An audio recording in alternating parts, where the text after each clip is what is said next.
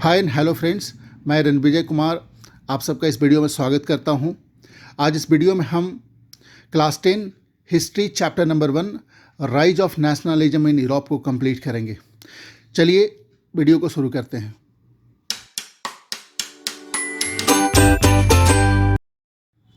Nation क्या है, nation state क्या है?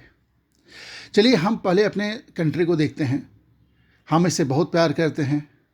इसकी सीमाएं पूरी तरह से निर्धारित हैं, बाउंड्रीज क्लियरली मार्क्ड हैं। हमारा अपना गवर्नमेंट है, सार्वभौमिक गवर्नमेंट है, सॉवरेन गवर्नमेंट है।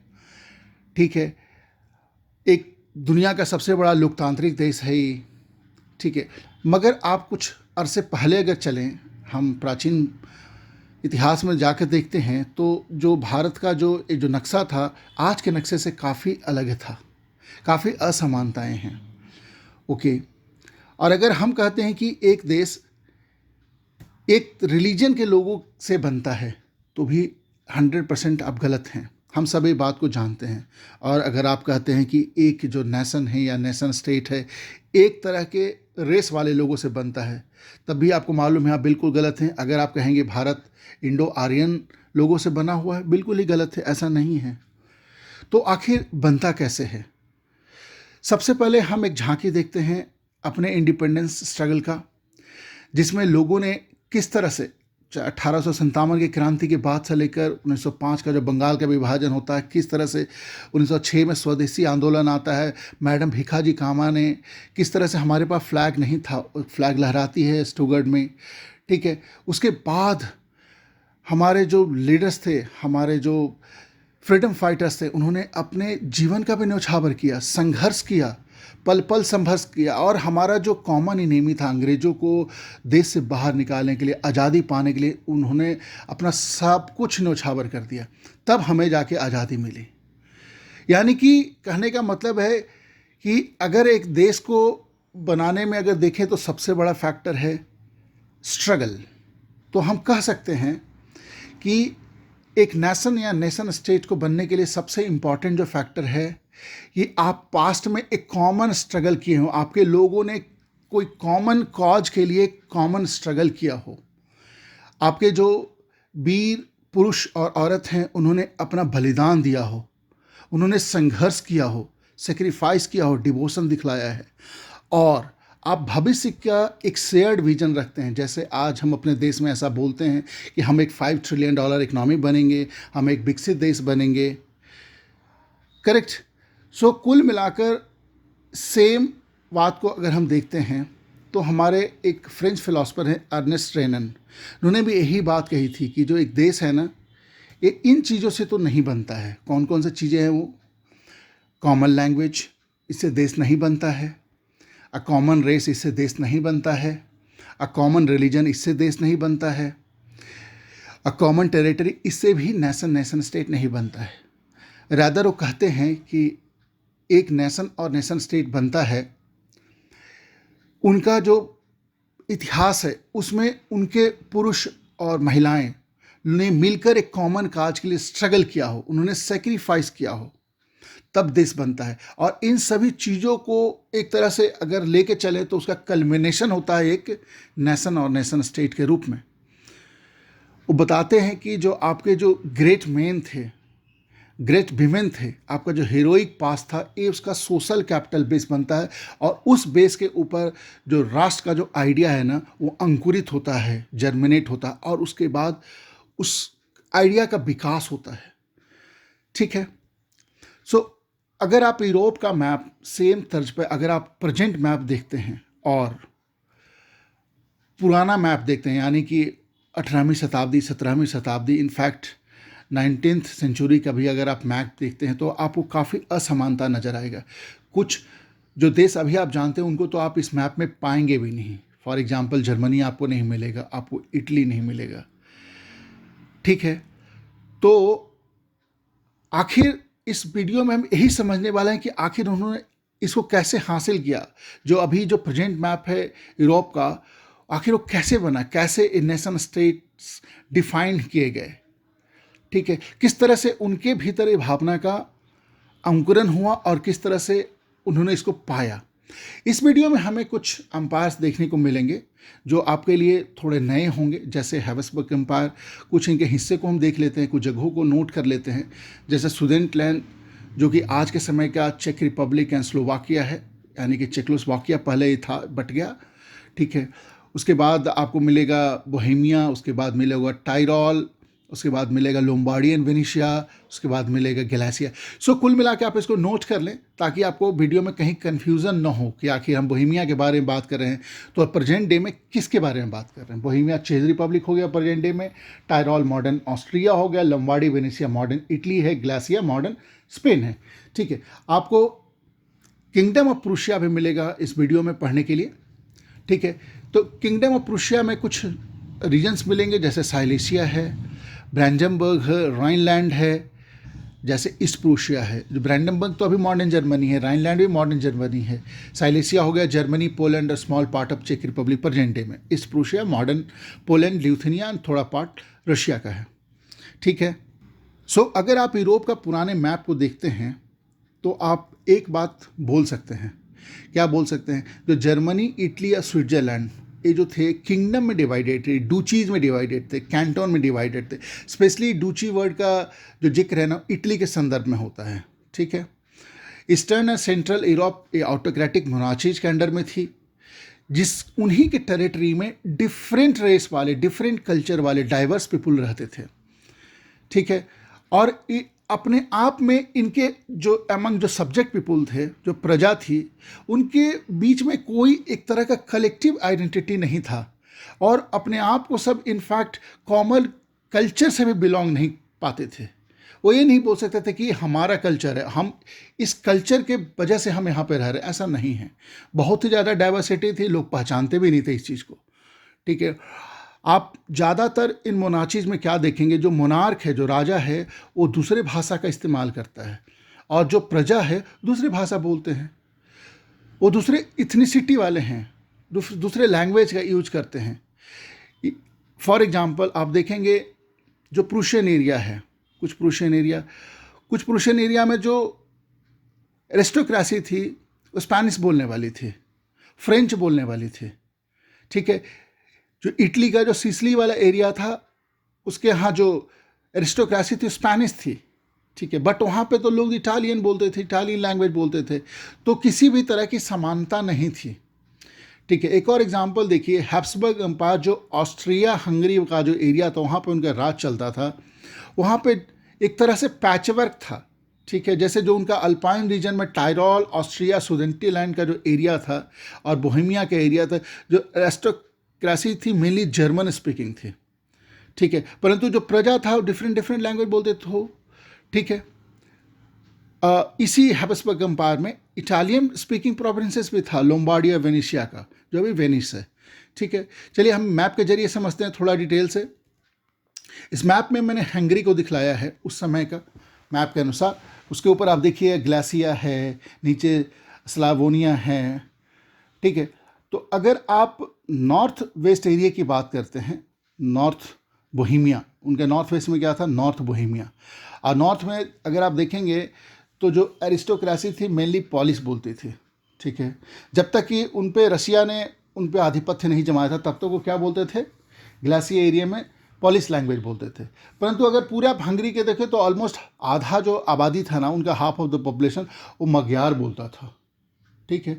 और जो आधे लोग थे अलग अलग डायलेक्ट बोलते थे, अलग अलग भाषा बोलते थे, ठीक है। अगर आप इस साइड में देखें रोमन्स जो ट्रांसवेलिया में रहते थे, और नीचे के साइड में देखेंगे तो क्रोट्स मिलेंगे आपको साउथ में, और इधर आपको मिलेंगे स्लोवाक स्लोवेन कैरोलिना में, कैरोलिना हंगरी का अगर आप वेस्ट में देखेंगे तो वेस्ट साउथ, ठीक है। तो आप एक कंक्लूजन निकाल सकते हैं कि ये जो पूरा जो एरिया था ना, जो पूरा यूरोप का जो एरिया था, लगभग सारे एरिया में एक कॉमन प्रॉब्लम था। क्या कॉमन प्रॉब्लम था कि उन लोगों में किसी भी तरह का सेंस ऑफ पॉलिटिकल यूनिटी नहीं था, इन डिफरेंसेस के चलते, भाषा के आधार पे, कल्चर के आधार पे इतने डिफरेंसेस थे कि किसी भी तरह का कोई पॉलिटिकल यूनिटी नहीं था। हाँ, उनमें एक कॉमन टाइप एक ही था कि वो एक राजा के अंडर प्रजा थे, बस यही बोलते थे कि हम सो राजा का हम प्रजा हैं। तो यही एक दूसरे को जब मिलते होंगे तो शायद बोलते होंगे कि मेरा जो राजा है, जो अंपायर है, जो अरिस्टोक्रेसी है, वो जर्मन लैंग्वेज बोलता है, कोई बोलेगा स्पेनिश लैंग्वेज बोलता है, बस यही समानता थी उनमें, यही एक कॉमन ट्राई था। ठीक है, अब इस पेंटिंग को आप ध्यान से देखिए। प्रिंटिंग किनके द्वारा लाया गया था? Frederick Sorio. ठीक है, ये कब लाया था? इन्होंने 1848 में लाया था, और इन्होंने इस तरह के 4 प्रिंट्स लाई थी, और जो हम जो देख रहे हैं ये पहला प्रिंट है। इसमें फ्रेडरिक सोरियो ने एक ड्रीम को डिपिक्ट किया है पेंटिंग के थ्रू, और उस ड्रीम में क्या है बताया है कि जो दुनिया है ना, डेमोक्रेटिक एंड सोशल रिपब्लिक्स का बना हुआ। हालांकि इनके इस दुनिया में सिर्फ यूएसए एंड यूरोप था। ठीक है, और उन्होंने इस पेंटिंग के जरिए एक यूटोपियन विजन को यूज करके एक कामना की है, एक डिज़ायर किया। यूटोपियन विजन क्या होता है? एक एकदम आइडल बनने का। ठीक है ना, हालांकि बोल सकते हैं कि पूरे नहीं होते हैं, हालांकि लोग अपेक्षा रखते हैं, ऐसा डिजायर रखते हैं कि हम इसको पूरा कर पाए। तो वही फ्रेडरिक सोरियो का एक कामना है, डिजायर है। इस डिजायर में सबसे पहले इसको डिटेल से देखेंगे तो ये लेडी को तो आप पहचान रहे होंगे, सब लोग जानते हैं, आपने क्लास 9 में पढ़ा है, statue of liberty, French revolution. ठीक है, ये जो लेडी हैं, इनके एक हाथ में क्या है? टॉर्च ऑफ एनलाइटमेंट है, दूसरे हाथ में क्या है? Character charter of right of man. ठीक है, फ्रेंच रेवोल्यूशन का आप समझिए कि ये एक सबसे बढ़िया आउटपुट था, है ना।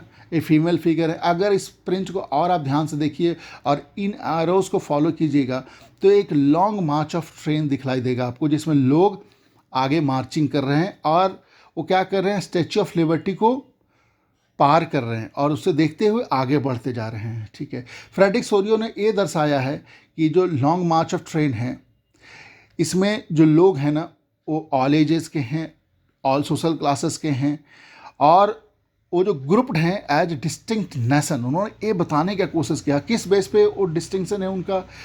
Through their flag, through their national costume. और इस जो लंबी ट्रेन है, इसमें सबसे आगे कौन? फ्रेडरिक सोरियो ने किसको दिखलाया है? यूएसए को, एंड उसके बाद स्विट्जरलैंड को। यानी कि फ्रेडरिक सोरियो कहना चाहते हैं कि ये दोनों कंट्री ऑलरेडी डिस्टिंक्ट नेशन के रूप में पहचान बना चुके हैं।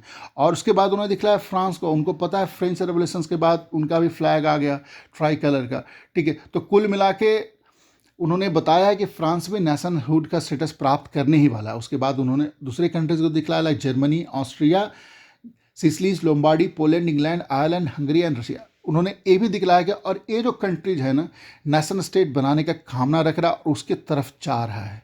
ठीक है, इस फ्रेडरिक सोरियो का पेंटिंग में अगर आप एरोज को फॉलो करेंगे तो ऊपर की तरफ आप पाएंगे, एंड नीचे की तरफ, सबसे नीचे की तरफ, ऊपर की तरफ आप क्या पाएंगे कि जो क्राइस्ट हैं, एंजल्स हैं, सेंट हैं, वो इस सीन को ऊपर से देख रहे हैं एंड आशीर्वाद दे रहे हैं।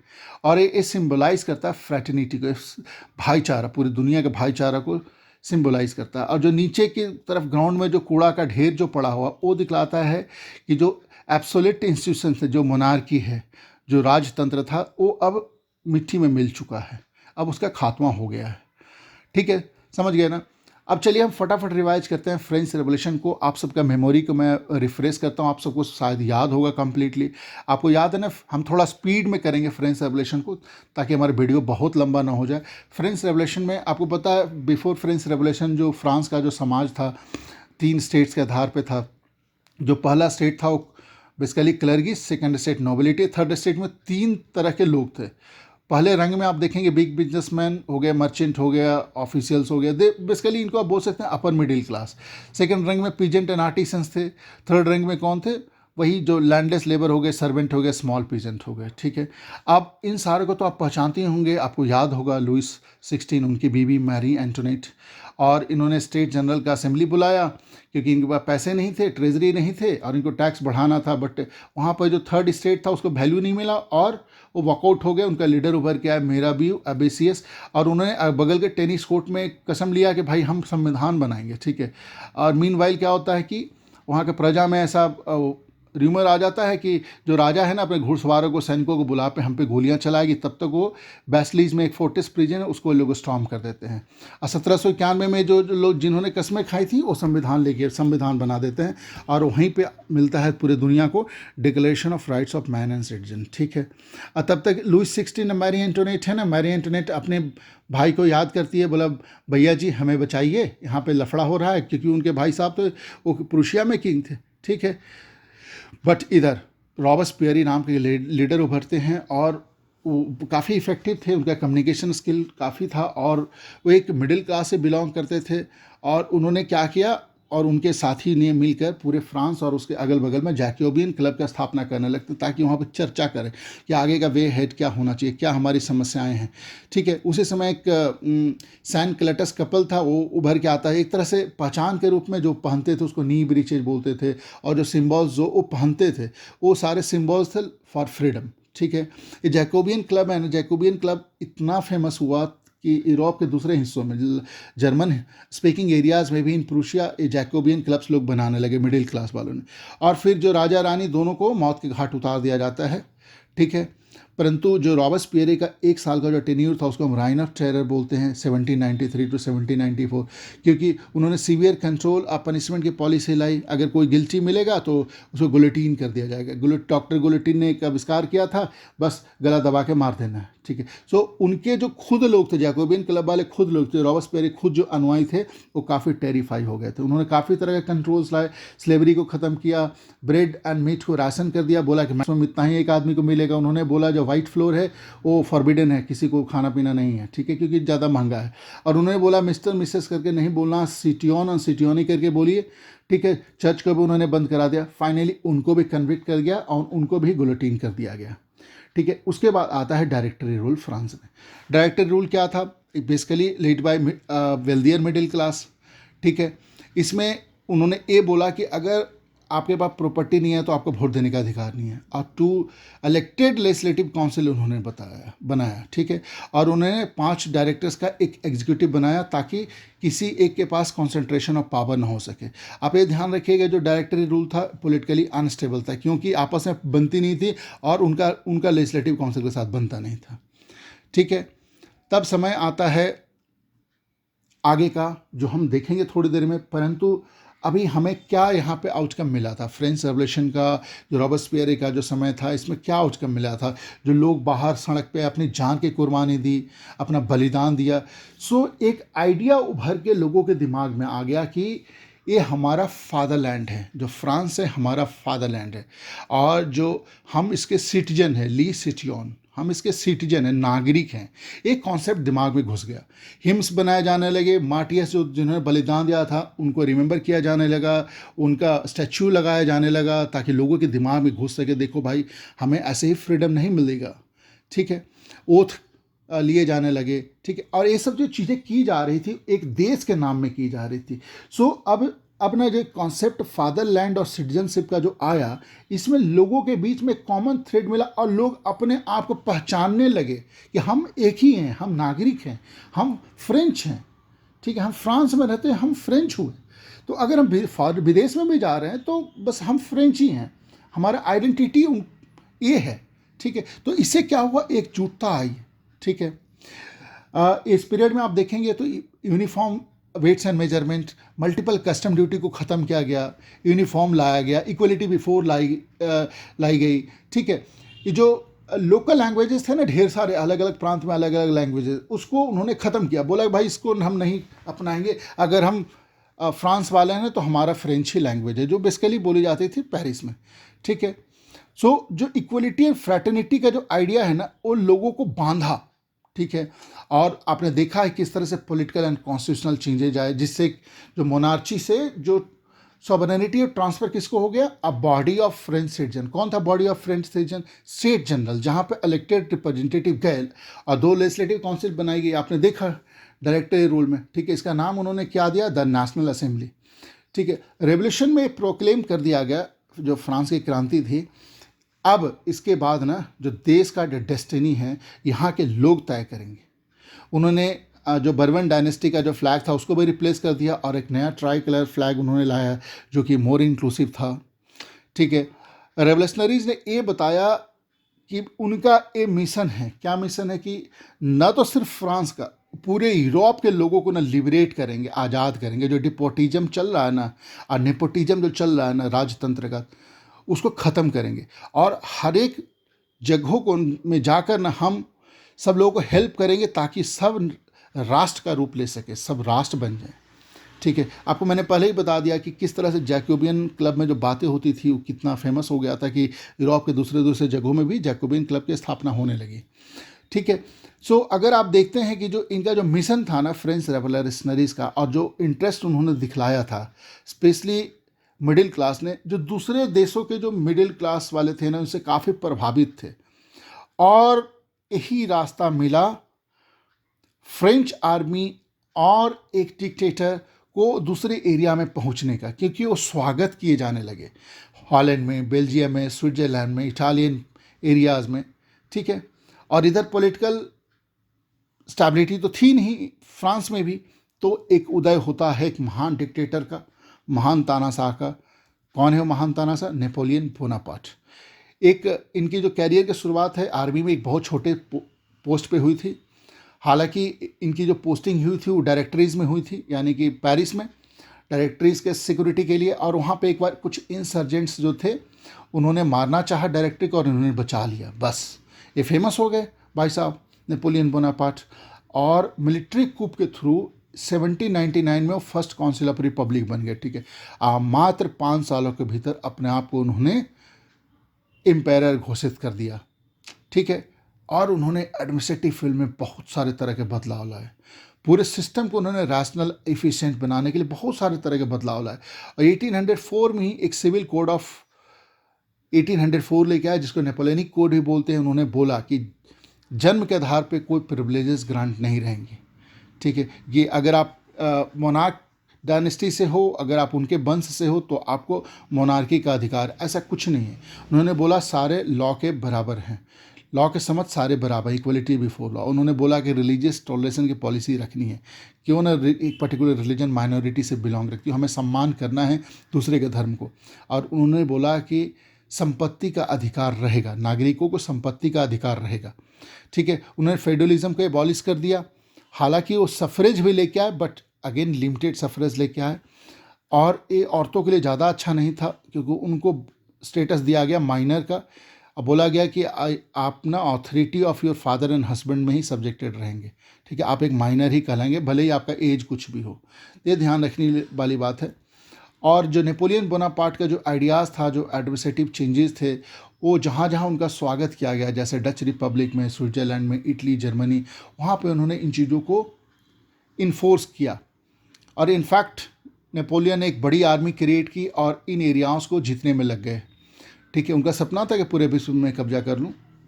जहाँ जहाँ वो गए, जिस जिस एरिया को उन्होंने जीता, वहाँ भी वापस वही सिस्टम लेके आए, फेडरल सिस्टम को ख़त्म किया। जो सर्फडम और मैनोरियल ड्यूज था ऑफ पीजेंट्स के ऊपर, उस सब पीजेंट्स को उन्होंने फ्री कर दिया, सारे पेपर जला दिए।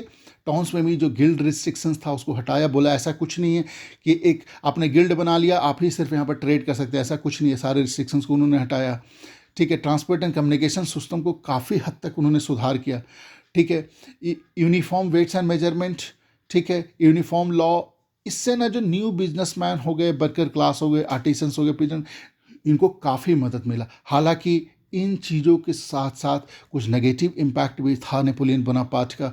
जैसे एक बड़ी सी आर्मी थी, उसको मेंटेन करने के लिए ज़्यादा पैसे की ज़रूरत थी, तो इन्होंने क्या किया, टैक्स को बढ़ा दिया और कंप्लीटली इन्होंने सेंसरशिप को लाया कि जो मेरे ऊपर ना कोई उंगली उठाना नहीं चाहिए, न मीडिया वाले न लोग, इसलिए कंप्लीट सेंसरशिप लेके आए। और कंस्क्रिप्शन के थ्रू, यानी कंस्क्रिप्शन किसको बोलते हैं, आर्मी में ज़बरदस्ती भर्ती किया जाना, वो लेके आए। ये काफ़ी लोगों को नाराज़ किया। जो भी टेरिटरीज़ में इन्होंने एक्सपेंशन किया था, लोगों को नाराज़ किया। एक समय ना इनको और इनके सैनिकों को लिबरेटर के रूप में लोग देखते थे, हीरोज़ के रूप में वेलकम करते थे, अब ये नफरत किए जाने लगे। तो कुल मिला के जो चीज़ें इन्होंने अच्छी की थी वो दब गया नेगेटिव चीज़ों के कारण। ठीक है, और आपको एक चीज़ तो याद रखना ही होगा, वाट एवर चेंजेस, अच्छा चेंज लेके आए, फाइनली ही वह डिक्टेटर। और वो वापस फ्रेंच रेवोल्यूशन में जो पाया, फ्रांस ने उसे खो दिया और डिक्टेटर पाकर। ठीक है, अब कोई डेमोक्रेसी वहाँ पर नहीं थी। ठीक है, फाइनली 1813 में जाकर जब रशियन फोर्स ने प्रूशियन फोर्स और ऑस्ट्रियन फोर्स को ज्वाइन किया था और 6th कोलिशन बनाया, वो कोलिशन नेपोलियन बोनापार्ट और उनके सैनिकों को हरा पाया। कौन से बैटल में, बैटल ऑफ लाइप्जिग। और आप देख सकते हैं इस इमेज में किस तरह से इनको दिखलाया गया एक पोस्टमैन के रूप में, और इनके बैग से ना एक एक टेरिटरी जो उन्होंने जीता था वो निकलता जा रहा है। ठीक है। और उसके बाद 2 सालों के बाद ब्रिटेन के लीडरशिप में 7th कॉलिशन फॉर्म किया गया और 7th कॉलिशन ने इनको और इनके सैनिकों को बैटल ऑफ वाटरलू में बुरी तरह पराजित किया और इनको बंदी बना लिया गया।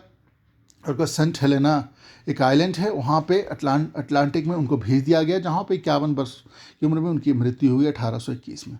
ठीक है। उसके बाद अब एक चीज़ समझिए कि आखिर हम लोगों ने मीन्स यूरोप वालों ने इस फ्रेंच रेवोल्यूशन नेपोलियन पार्ट से क्या चीज़ें सीखा। कुछ चीज़ें बहुत ही इंपॉर्टेंट, एडमिनिस्ट्रेटिव इफिशिएंसी को जिसने बढ़ाया, इकोनॉमिक डेवलपमेंट लाया, जैसे uniform weights and measurement, easy movement and exchange of goods and services, feudalism को ख़त्म किया गया। ठीक है। इक्वलिटी बिफोर लॉ की कॉन्सेप्ट आई, फ्रेटर्निटी, सिटीजनशिप, आपने देखा है फ्रेंच रेवोल्यूशन का आउटपुट, प्राइवेट प्रॉपर्टी का जो इन्होंने बात किया नेपोलियन बोनापार्ट ने, एंड कंसेप्ट ऑफ नेशनलिज्म आया। क्या आया कॉन्सेप्ट ऑफ नेशनलिज्म? लोगों को ये पता चल गया कि ये जो लिबरलिज्म है, जो नेशनलिज्म है, basically it is the end of autocracy, it is the end of the privilege of clergy. ठीक है। और ये क्या है basically, it has to come through constitutional way. ठीक है। जो पार्लियामेंट क्रिएट होगा, एक रिप्रेजेंटेटिव गवर्नमेंट वहाँ पे रहनी चाहिए जो लोगों के लिए रिस्पॉन्सिबल हो, लोग उनके लिए इलेक्ट करें। तो फ्रेंच रेवोल्यूशन का आउटपुट था। हालांकि नेपोलियन बोनापार्ट ने कुछ और भी आउटपुट दिया, फ्रांस में डिक्टेटरशिप लाकर और मोनार्ची को वापस रिस्टोर कर दिया। ठीक है। जैसे ही इनका खात्मा हो गया, इनके युग का खात्मा हो गया, वैसे ही क्या हुआ, जो पुराने वाले मोनार्क थे और अगल बगल एरिया में जो मोनार्क थे, सब एक साथ इकट्ठा हुए और सब ने एक दिमाग लगाया। बोला कि अगर आप नेपोलियन बोनापार्ट के एक्सपेंशन को देखें, कि उनको पता चल गया भाई ऐसा डिक्टेटर कोई आया ना तो हम जितने मोनार्क हैं सब खत्म हो जाएंगे। तो उन्होंने बोला जो प्री रेवोल्यूशनरी डेज था, मतलब कि फ्रांस की क्रांति के पहले वाले जो समय थे, वो तो बहुत अच्छा था, रियली में उनके लिए तो अच्छा था ही। तो बोले कि जो यानी कि जो ओल्ड है ना वो पक्का गोल्ड है। तो ये जो आइडियोलॉजी जो वो लेके आए, इसको बोलते हैं अ न्यू कंजर्वेटिज्म, यानी जो पुरानी चीज़ें थी वो सही थी। लाइक जो मोनार्क के प्रिविलेज थे, जो क्लर्गी के प्रिविलेजेस थे, जो हायरार्की सिस्टम था, जो फैमिली सिस्टम था, उन्होंने बोला कि जो पहले वाला था अच्छा था। हालांकि न्यू कंजर्वेटिज्म में ऐसा नहीं था कि उन्होंने बोला जो पहले था हम वही अभी लेके आएंगे, ऐसा नहीं है। बोला प्री रेवोल्यूशनरी जो समय था ना, हम वैसा चीज़ों को हूबहू लेकर नहीं आएंगे। जो नेपोलियन बोनापार्ट ने फ्रांस की क्रांति के समय जो चीज़ें अच्छी हों उसको हम कंटिन्यू रखेंगे, जैसे मॉडर्न आर्मी होगी, इफ़िशिएंट ब्यूरोक्रेसी होगी, डायनामिक इकोनॉमी हो गई, abolition of feudalism and serfdom. ये क्योंकि ये सब को कंटिन्यू करने से हमारा ही जो मोनार्की है ना और मजबूत होगा। और ये जो मोनार्क थे ना, सारे मोनार्क एक साथ इकट्ठा हुए। कहाँ इकट्ठा हुए? ऑस्ट्रिया में। ठीक है। स्पेशली ब्रिटेन, रसिया, प्रूशिया वाले लोग ना इकट्ठा हुए। मोनार्क कहाँ इकट्ठा हुए? ऑस्ट्रिया में। वहाँ पे ऑलरेडी कौन था उनका राजा? ऑस्ट्रियन चांसलर कौन था? ड्यूक मेटरनिच। इनके बारे में आप याद रखें, ये नाम आप पक्का जहन में डाल लीजिए, मेटरनिच। ये बड़े बड़े बढ़िया बढ़िया बात बोलते थे। एक बात उन्होंने बोली थी कि जब भी फ्रांस छींकता है ना, पूरे यूरोप में सर्दी लग जाती है। ठीक है। और ये भी बोलते थे, इनका एक और स्टेटमेंट बहुत फेमस है जो इस वीडियो में आपको लेटर मिलेगा, कि जो मजनी थे ना, नाम हम पढ़ेंगे गुस्से मजनी, बोलते थे कि जो हमारा राजा महाराजा का जो चल रहा है ना सत्ता, हमारा जो ऑर्डर है ना, इसलिए सबसे खतरनाक आदमी है, ये मेटरनिच ने बोला था। ठीक है। आगे मिलेगा। और यहाँ पे जो मोनार्क थे 1850 में बैठे और उन्होंने एक ट्रीटी कंक्लूड किया। उस ट्रीटी को क्या बोलते हैं? Treaty of Vienna. आप समझिए कि ट्रीटी ऑफ वियना में क्या क्या किया गया होगा। सबसे पहले जो नेपोलियन बोनापार्ट ने जितने जगहों को जीता था उसको भाई वापस कर देंगे और अंडू करेंगे। ठीक है। जो भी उसने किया था, अब बर्बन डायनेस्टी को वापस पावर में ले आए। ठीक है। और जो आपको बता दिया मैंने, फ्रांस ने जो जीता टेरिटरीज को उसको वापस छीन लिया गया, लोगों को दे दिया गया। अब फ्रांस के ऊपर जो नॉर्थ साइड में आप देखेंगे और थोड़ा नॉर्थ इस साइड में देखेंगे, वहाँ पे बफर स्टेट्स क्रिएट किया गया, लाइक जिनोया। एंड ऊपर नॉर्थ में क्या क्रिएट किया गया? Kingdom of Netherland. ये डच बोलने वाले लोग थे। ठीक है। और उन्होंने ऐसा क्रिएट किया कि आगे फ्यूचर में ना ये फ्रेंच आर्मी ना ऐसा कोई एक और डिक्टेटर उभरेगा और बस टेरिटोरियल एक्सपेंशन के लिए निकल जाएगा, उनको करने में ऐसा न बने, तकलीफ हो। ठीक है। प्रूशिया को बहुत सारे इंपॉर्टेंट टेरिटरीज दिए गए। ठीक है। ऑस्ट्रिया को क्या मिला? नॉर्दर्न इटली वाला एरिया। ठीक है। हालांकि नेपोलियन बोनापार्ट ने एक जर्मन कन्फेडरेशन क्रिएट किया था 39 स्टेट्स का, प्रूशियन एरिया में जाके, जर्मन स्पीकिंग एरियाज में जाके, जहाँ पे जो पहले काउंटलेस ऑफ प्रिंसेस प्रिंसिपलिटीज़ थे, ठीक है, उसको उसने इकट्ठा करके 39 स्टेट्स का कन्फेडरेशन बनाया था। ये बड़ी उनको अच्छा लगा, बोला हम ना इसको हम टच नहीं करेंगे, इसको रहने देते हैं, क्योंकि अच्छा इकोनॉमिक डेवलपमेंट हो रहा है और ये हमारे लिए ही बेहतर है। ठीक है, ईस्ट में क्या हुआ, रशिया को पोलैंड का पार्ट दे दिया गया और प्रूशिया को सेक्सोनी का पोर्शन दे दिया गया। ठीक है, परंतु अगर आप इमेज को देखिएगा तो देखिए लोग बैठे हैं और उन्होंने मुंह पे अपना जाब लगा रखा है ताकि वो मुंह पे बोले नहीं। यानी कि कुल मिलाकर जो ट्रीटी ऑफ वियना में जो हुआ, जो द न्यू कंजर्वेटिज्म जो आया, ये कम्प्लीटली सेंसरशिप में विश्वास रखते थे कम्प्लीटली। अब बोला कि जो हमारे ऊपर अंगुली उठाया गया ना कि तुम कौन हो, कैसे कर रहे हो, इसको हम बर्दाश्त नहीं करना, आपको बोलने का अधिकार नहीं है। ठीक है, जिससे नेपोलियन ने जैसे किया था, नेपोलियन बोनापार्ट ने किया, वो भी सेंसरशिप में विश्वास रखते थे। ठीक है, तो अब ये समझिएगा कि यहाँ तो ये चल रहा था, परंतु एक पैरेलल में भी तो लोग थे जिनके दिमाग में अभी भी फ्रांस की क्रांति का जो अच्छे अच्छे चीज़ें था उनके मेमोरी में ताज़ा था और वो उसको ना इंजॉय कर रहे थे। एग्जैक्टली यही ग्रुप था जिसको हम लिबरल बोलते हैं।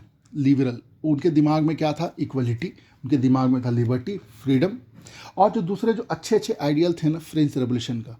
ये कौन लोग थे लिबरल लोग, कौन थे, एजुकेटेड मिडिल क्लास थे। इन्होंने जो न्यू कंजर्वेटिव ऑर्डर जो आपने देखा 1815 में जो वियना में कंक्लूड हुई, ये इसको क्रिटिसाइज करते थे, इसके सेंसरशिप को क्रिटिसाइज करते थे, बोलते थे कि फ्रीडम ऑफ प्रेस तो ज़रूरी है ताकि हम भी अपना वक्तव्य रख सकें। तो जो इनका डिजायर हुआ, जो इनकी इच्छाएं हुई लिबरल लोगों का कि ऐसा होना चाहिए, ये अच्छा है। ठीक है, this is exactly called liberal nationalism. ठीक है, ठीक है, ये उदारवादी लोग थे। ठीक है, और इनका जो आइडिया था ना, ये भी मिडिल क्लास वाले थे, एडुकेटेड मिडिल क्लास थे, जो इनका आइडिया जो था ना पॉपुलैरिटी गेन किया among masses of working class, specially जो छोटे किसान हो गए, मजदूर हो गए, जिनके पास ज़मीन नहीं है, और इनफैक्ट कमर्शियल क्लास, क्योंकि जो इनका आइडिया था ना वो फ्रीडम में विश्वास रखता था, इनफैक्ट फ्रीडम ऑफ ट्रेड में भी। ठीक है, अब हम आगे समझते हैं और डिटेल से जानेंगे आखिर है क्या लिबरलिज्म, है क्या लिबरलिज्म, है कौन है लिबरल लोग। ठीक है, जो लिबरलिज्म है एक वर्ड से बना है, लैटिन वर्ड लाइवर, जिसका मतलब ही होता है फ्रीडम, आज़ादी। अगर पॉलिटिकल एस्पेक्ट पे बात करते हैं तो इसका मतलब क्या है, जो सारी चीज़ें जो अच्छाइयाँ थे फ्रेंच रेवोल्यूशन का, गवर्नमेंट बाय कंसेप्ट जो नेपोलियन बोनापार्ट ने लाया था, प्राइवेट प्रॉपर्टी, संपत्ति का अधिकार, यूनिवर्सल सफरेज, सब लोगों को वोट देने का अधिकार होना चाहिए, इंक्लूडिंग औरतों, और जिसके पास प्रॉपर्टी नहीं है वो भी, ध्यान दीजिएगा इस बात को। ठीक है, इक्वलिटी बिफोर लॉ, ये पॉलिटिकल एस्पेक्ट था। ये जो इच्छाएं इस तरह के रखते थे लोगों क्या बोला जाने लगा, लिबरल, और इनके इस आइडिया को लिबरल नेशनलिज्म। पॉलिटिकल एस्पेक्ट में, इकोनॉमिक एस्पेक्ट में अगर हम बात करें तो इसका मतलब क्या था लिबरल नेशनलिज्म का, कि जो मार्केट्स हैं ना उसमें फ्रीडम आना चाहिए। ठीक है, जो मल्टीपल कस्टम ड्यूटीज़ हैं उसको ख़त्म करना है, बहुत सारे आप पॉइंट आपने कस्टम ड्यूटी कलेक्शन का बना रखे हैं, उसको मिनिमाइज़ करना है या सिंगुलर बना देना है। जो टैरिफ बैरियर जो ट्रेड करने में अवरोध पैदा कर रहा है उसको भी ख़त्म करना है। जो इतने सारे आपने करेंसीज बना के रखे हैं उसको कम कीजिए। ठीक है, करेंसीज ज़्यादा रहने से हम ट्रेड नहीं कर पा रहे हैं, बिजनेसमैन ट्रेड नहीं कर, फास्टर ट्रांसपोर्टेशन पे आपको ध्यान देना। तब तो रेलवे भी चालू हो गया था। ठीक है, जो स्टेट ने जो रिस्ट्रिक्शन इम्पोज किया है जिससे कि किसी तरह से गुड्स एंड कैपिटल के मूवमेंट पे अवरोध पैदा हो रहा है, उसको भी खत्म करना, ये था इनका इकोनॉमिक एस्पेक्ट। एक उदाहरण लेकर हम और समझते हैं।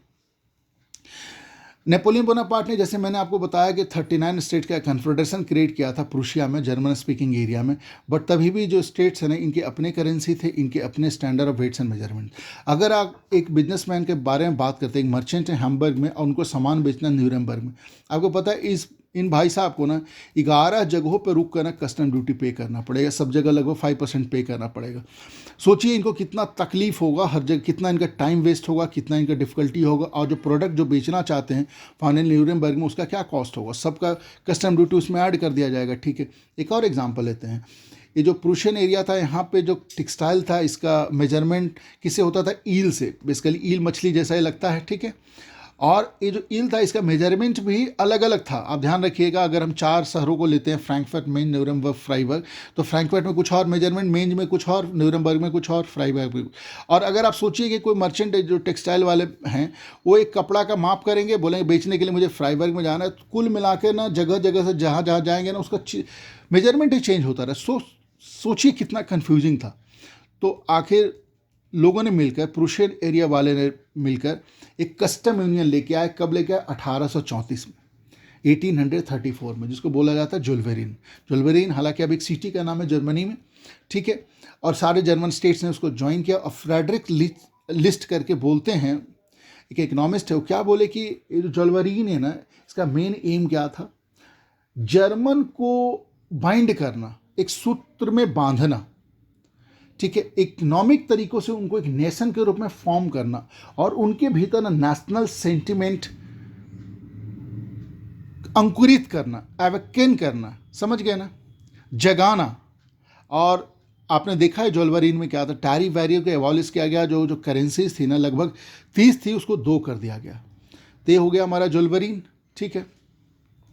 अब फर्दर समझते हैं कि जो लिबरल नेशनलिस्ट थे उनका आखिर उद्देश्य क्या था, ठीक है। उनका उद्देश्य था कि जो वियना कांग्रेस में जो आउटपुट हुआ था ना, जिसमें सेंसरशिप, फ्रीडम का खात्मा कर दिया गया था, जिस तरह से फिर मोनार्की वापस रीइंस्टेट कर देगी, उन्होंने क्या किया था पता है आपको, फ्रांस में बर्बन डायनेस्टी वापस रीइंस्टेट कर दिया गया। ये सब चीज़ें लिबरल नेशनलिस्ट चाहते थे कि ख़त्म हो जाए, ये उनका टारगेट बन गया, उनका मोटिव बन गया, लिबर्टी ऑफ फ्रीडम वापस गेन करना है। ये उनके दिमाग में आ गया कि नेशन स्टेट बनाना है, नेशन स्टेट उनके फ्रीडम का सबसे इम्पॉर्टेंट हिस्सा है, क्योंकि उनको पता था कि नेशन स्टेट बनने के बाद जो क्या होगा ना, इनका अपने आप खात्मा हो जाएगा, ये उनको लगता था, ठीक है। हालांकि ये जो भी आइडिया रखते थे, जो उसको प्रचारित जो कर रहे थे, एजुकेटेड मिडिल क्लास वाले ही थे, वेल्दी तो थे, परंतु ऐसा नहीं थे मोनार्क के बराबर थे, और उनको आर्मी का डायरेक्टली सपोर्ट था, तो उनको दबाया जा सकता था, दबाया जाने लगा जहाँ तहाँ। तो ये क्या किए कि ये अंडरग्राउंड हो गए, और वहाँ से सीक्रेट सोसाइटी से they started preaching their thing and they were reaching to masses, ठीक है, थ्रू सीक्रेट सोसाइटी। एक इसमें नाम आता है इंपॉर्टेंट, याद रख लीजिएगा, गुस्पे मजनी, ठीक है। गुस्पे मजनी ये एक इटालियन रेवोल्यूशनरी थे, और कहाँ पैदा हुए थे, गिनोया में, जो एक याद है ना बफर स्टेट के रूप में बनाया गया था, ठीक है, ताकि फ्यूचर में जाके फ्रेंच कोई डिक्टेटर ना आए और अपने टेरिटोरियल एक्सपेंशन ना करने लगे। 1807 में इनका जन्म हुआ था, ठीक है, और बहुत ही कम उम्र में, ध्यान रखिएगा 1807 में तो मात्र इनका जन्म ही हुआ था, और मात्र 24 साल की उम्र में लिगूरिया, जो नॉर्थ वेस्ट इटली वाला एरिया था, वही जिनोवा के पास ही, वहाँ पे एक रेवोल्यूशन के चार्ज में ये इन्होंने अपने भड़काऊ भाषण दिया है और अपने रेवोल्यूशन करने का कुछ कोशिश किया, इसके लिए चार्ज में इनको एक्साइल में भेज दिया गया। और वो कार्बोनारी नाम के एक सीक्रेट सोसाइटी के मेंबर थे, और ये क्या किए वहाँ पे एक्साइल में, हालांकि वहाँ से कट लिए, और वो मर्सलीज में, फ्रांस के मर्सलीज में उन्होंने यंग इटली नामक एक ऑर्गेनाइजेशन का स्थापना किया। उद्देश्य वही था जो लिबरल नेशनलिस्ट का उद्देश्य था। और एक और यंग यूरोप कहाँ पर स्थापना की इन्होंने, बर्न में, यानी स्विट्जरलैंड में। और उनका विश्वास था कि ये जो गॉड ने नेशन करके क्यों बताया है, क्योंकि जो नेशन है ना, वो मानव जाति का ना नेचुरल यूनिट है, और ना इसके लिए ना हमारा इटली को अगर हम देखें, जो एक पैच वर्क, एक खिचड़ी टाइप का है, बटा हुआ है, कहीं सिसली है, कहीं पे लोम्बार्डी है, लाइक दैट, कहीं पे वेनेशिया है। नहीं, इस पैच वर्क को ख़त्म करना होगा, क्योंकि हमें भगवान ने बताया है, गॉड ने बताया है कि जो मैनकाइंड का नेचुरल यूनिट और बेसिक यूनिट ही नेशन है, तो हमें यूनिफाई होना पड़ेगा, हम सबको यूनिफाई करना पड़ेगा, ठीक है। और ये जो यूनिफिकेशन है ना, यही एक आधार बनेगा किसके लिए, हम लोगों का लिबर्टी का, हम लोगों का फ्रीडम का, ठीक है। इसीलिए मेटरनिच में आपको बताया ना, इनको बोलता था कि हमारे सोशल ऑर्डर का सबसे डेंजरस इनेमी ये है गुस्पे मजनी, ठीक है। अब आगे देखते, इधर क्या चल रही थी, जो कंजर्वेटिव थे वो आर्मी के सपोर्ट से और एक दूसरे के सपोर्ट से अपने पावर को कंसोलिडेट कर रहे थे, और उधर क्या था, जो लिबरल नेशनलिस्ट थे वो रेवोल्यूशनरी बन चुके थे, वो डिफरेंट पार्ट ऑफ यूरोप में थ्रू सीक्रेट सोसाइटी धमाका कर रहे थे, इटली में, आयरलैंड में, पोलैंड में, ऑटोमन एम्पायर में, ठीक है। तो इस समय क्या हुआ कि फ्रांस में एक घटना हुई 1830 में, उनका उसमें राजा कौन था, चार्ल्स एक्स, बर्बन डायनेस्टी का किंग था वो, ठीक है। इधर ना मौसम ख़राब होने की वजह से, ज़्यादा सर्दी होने की वजह से ना, इधर फसल भी इनका थोड़ा गड़बड़ हो गया था, ठीक है।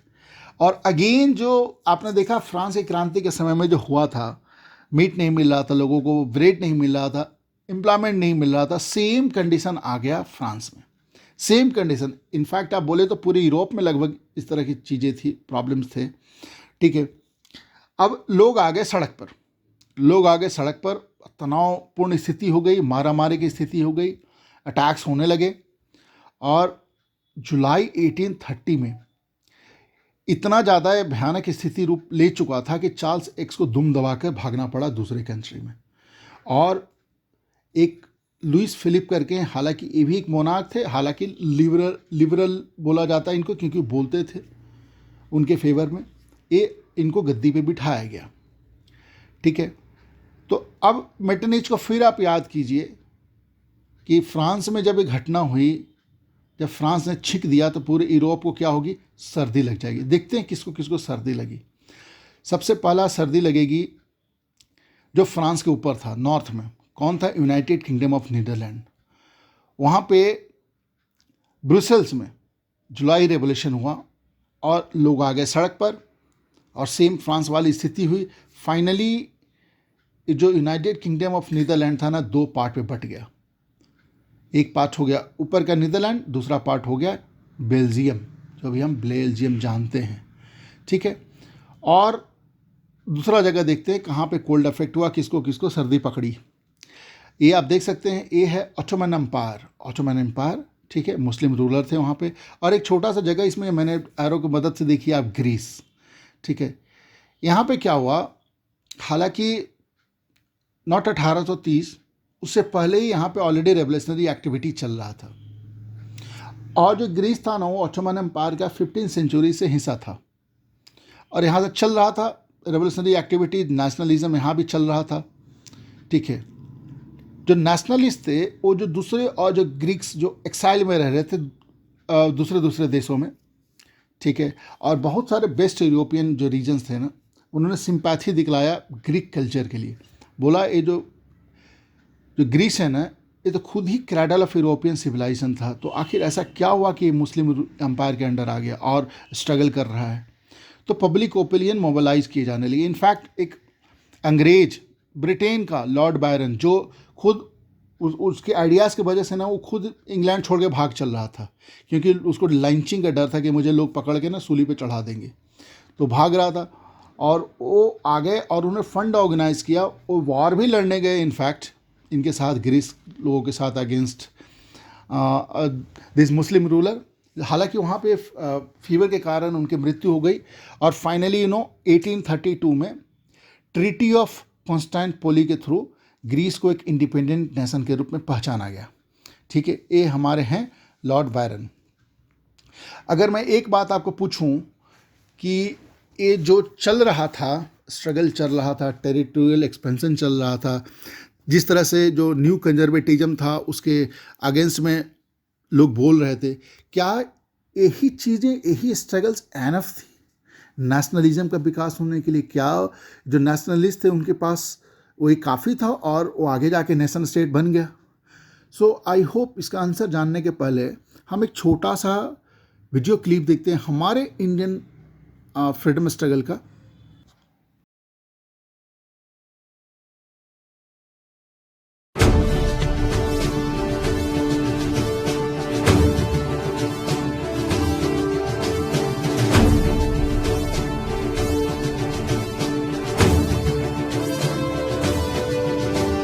सरफरोशी की तमन्ना अब हमारे दिल में है, देखना है जोर कितना बाजुए कातिल में है। सरफरोशी की तमन्ना अब हमारे दिल में है, देखना है जोर कितना बाजुए कातिल में है। देख सकता है तो तू भी देख ले आसमां, हौसला ये देख के कातिल बड़ी मुश्किल में है।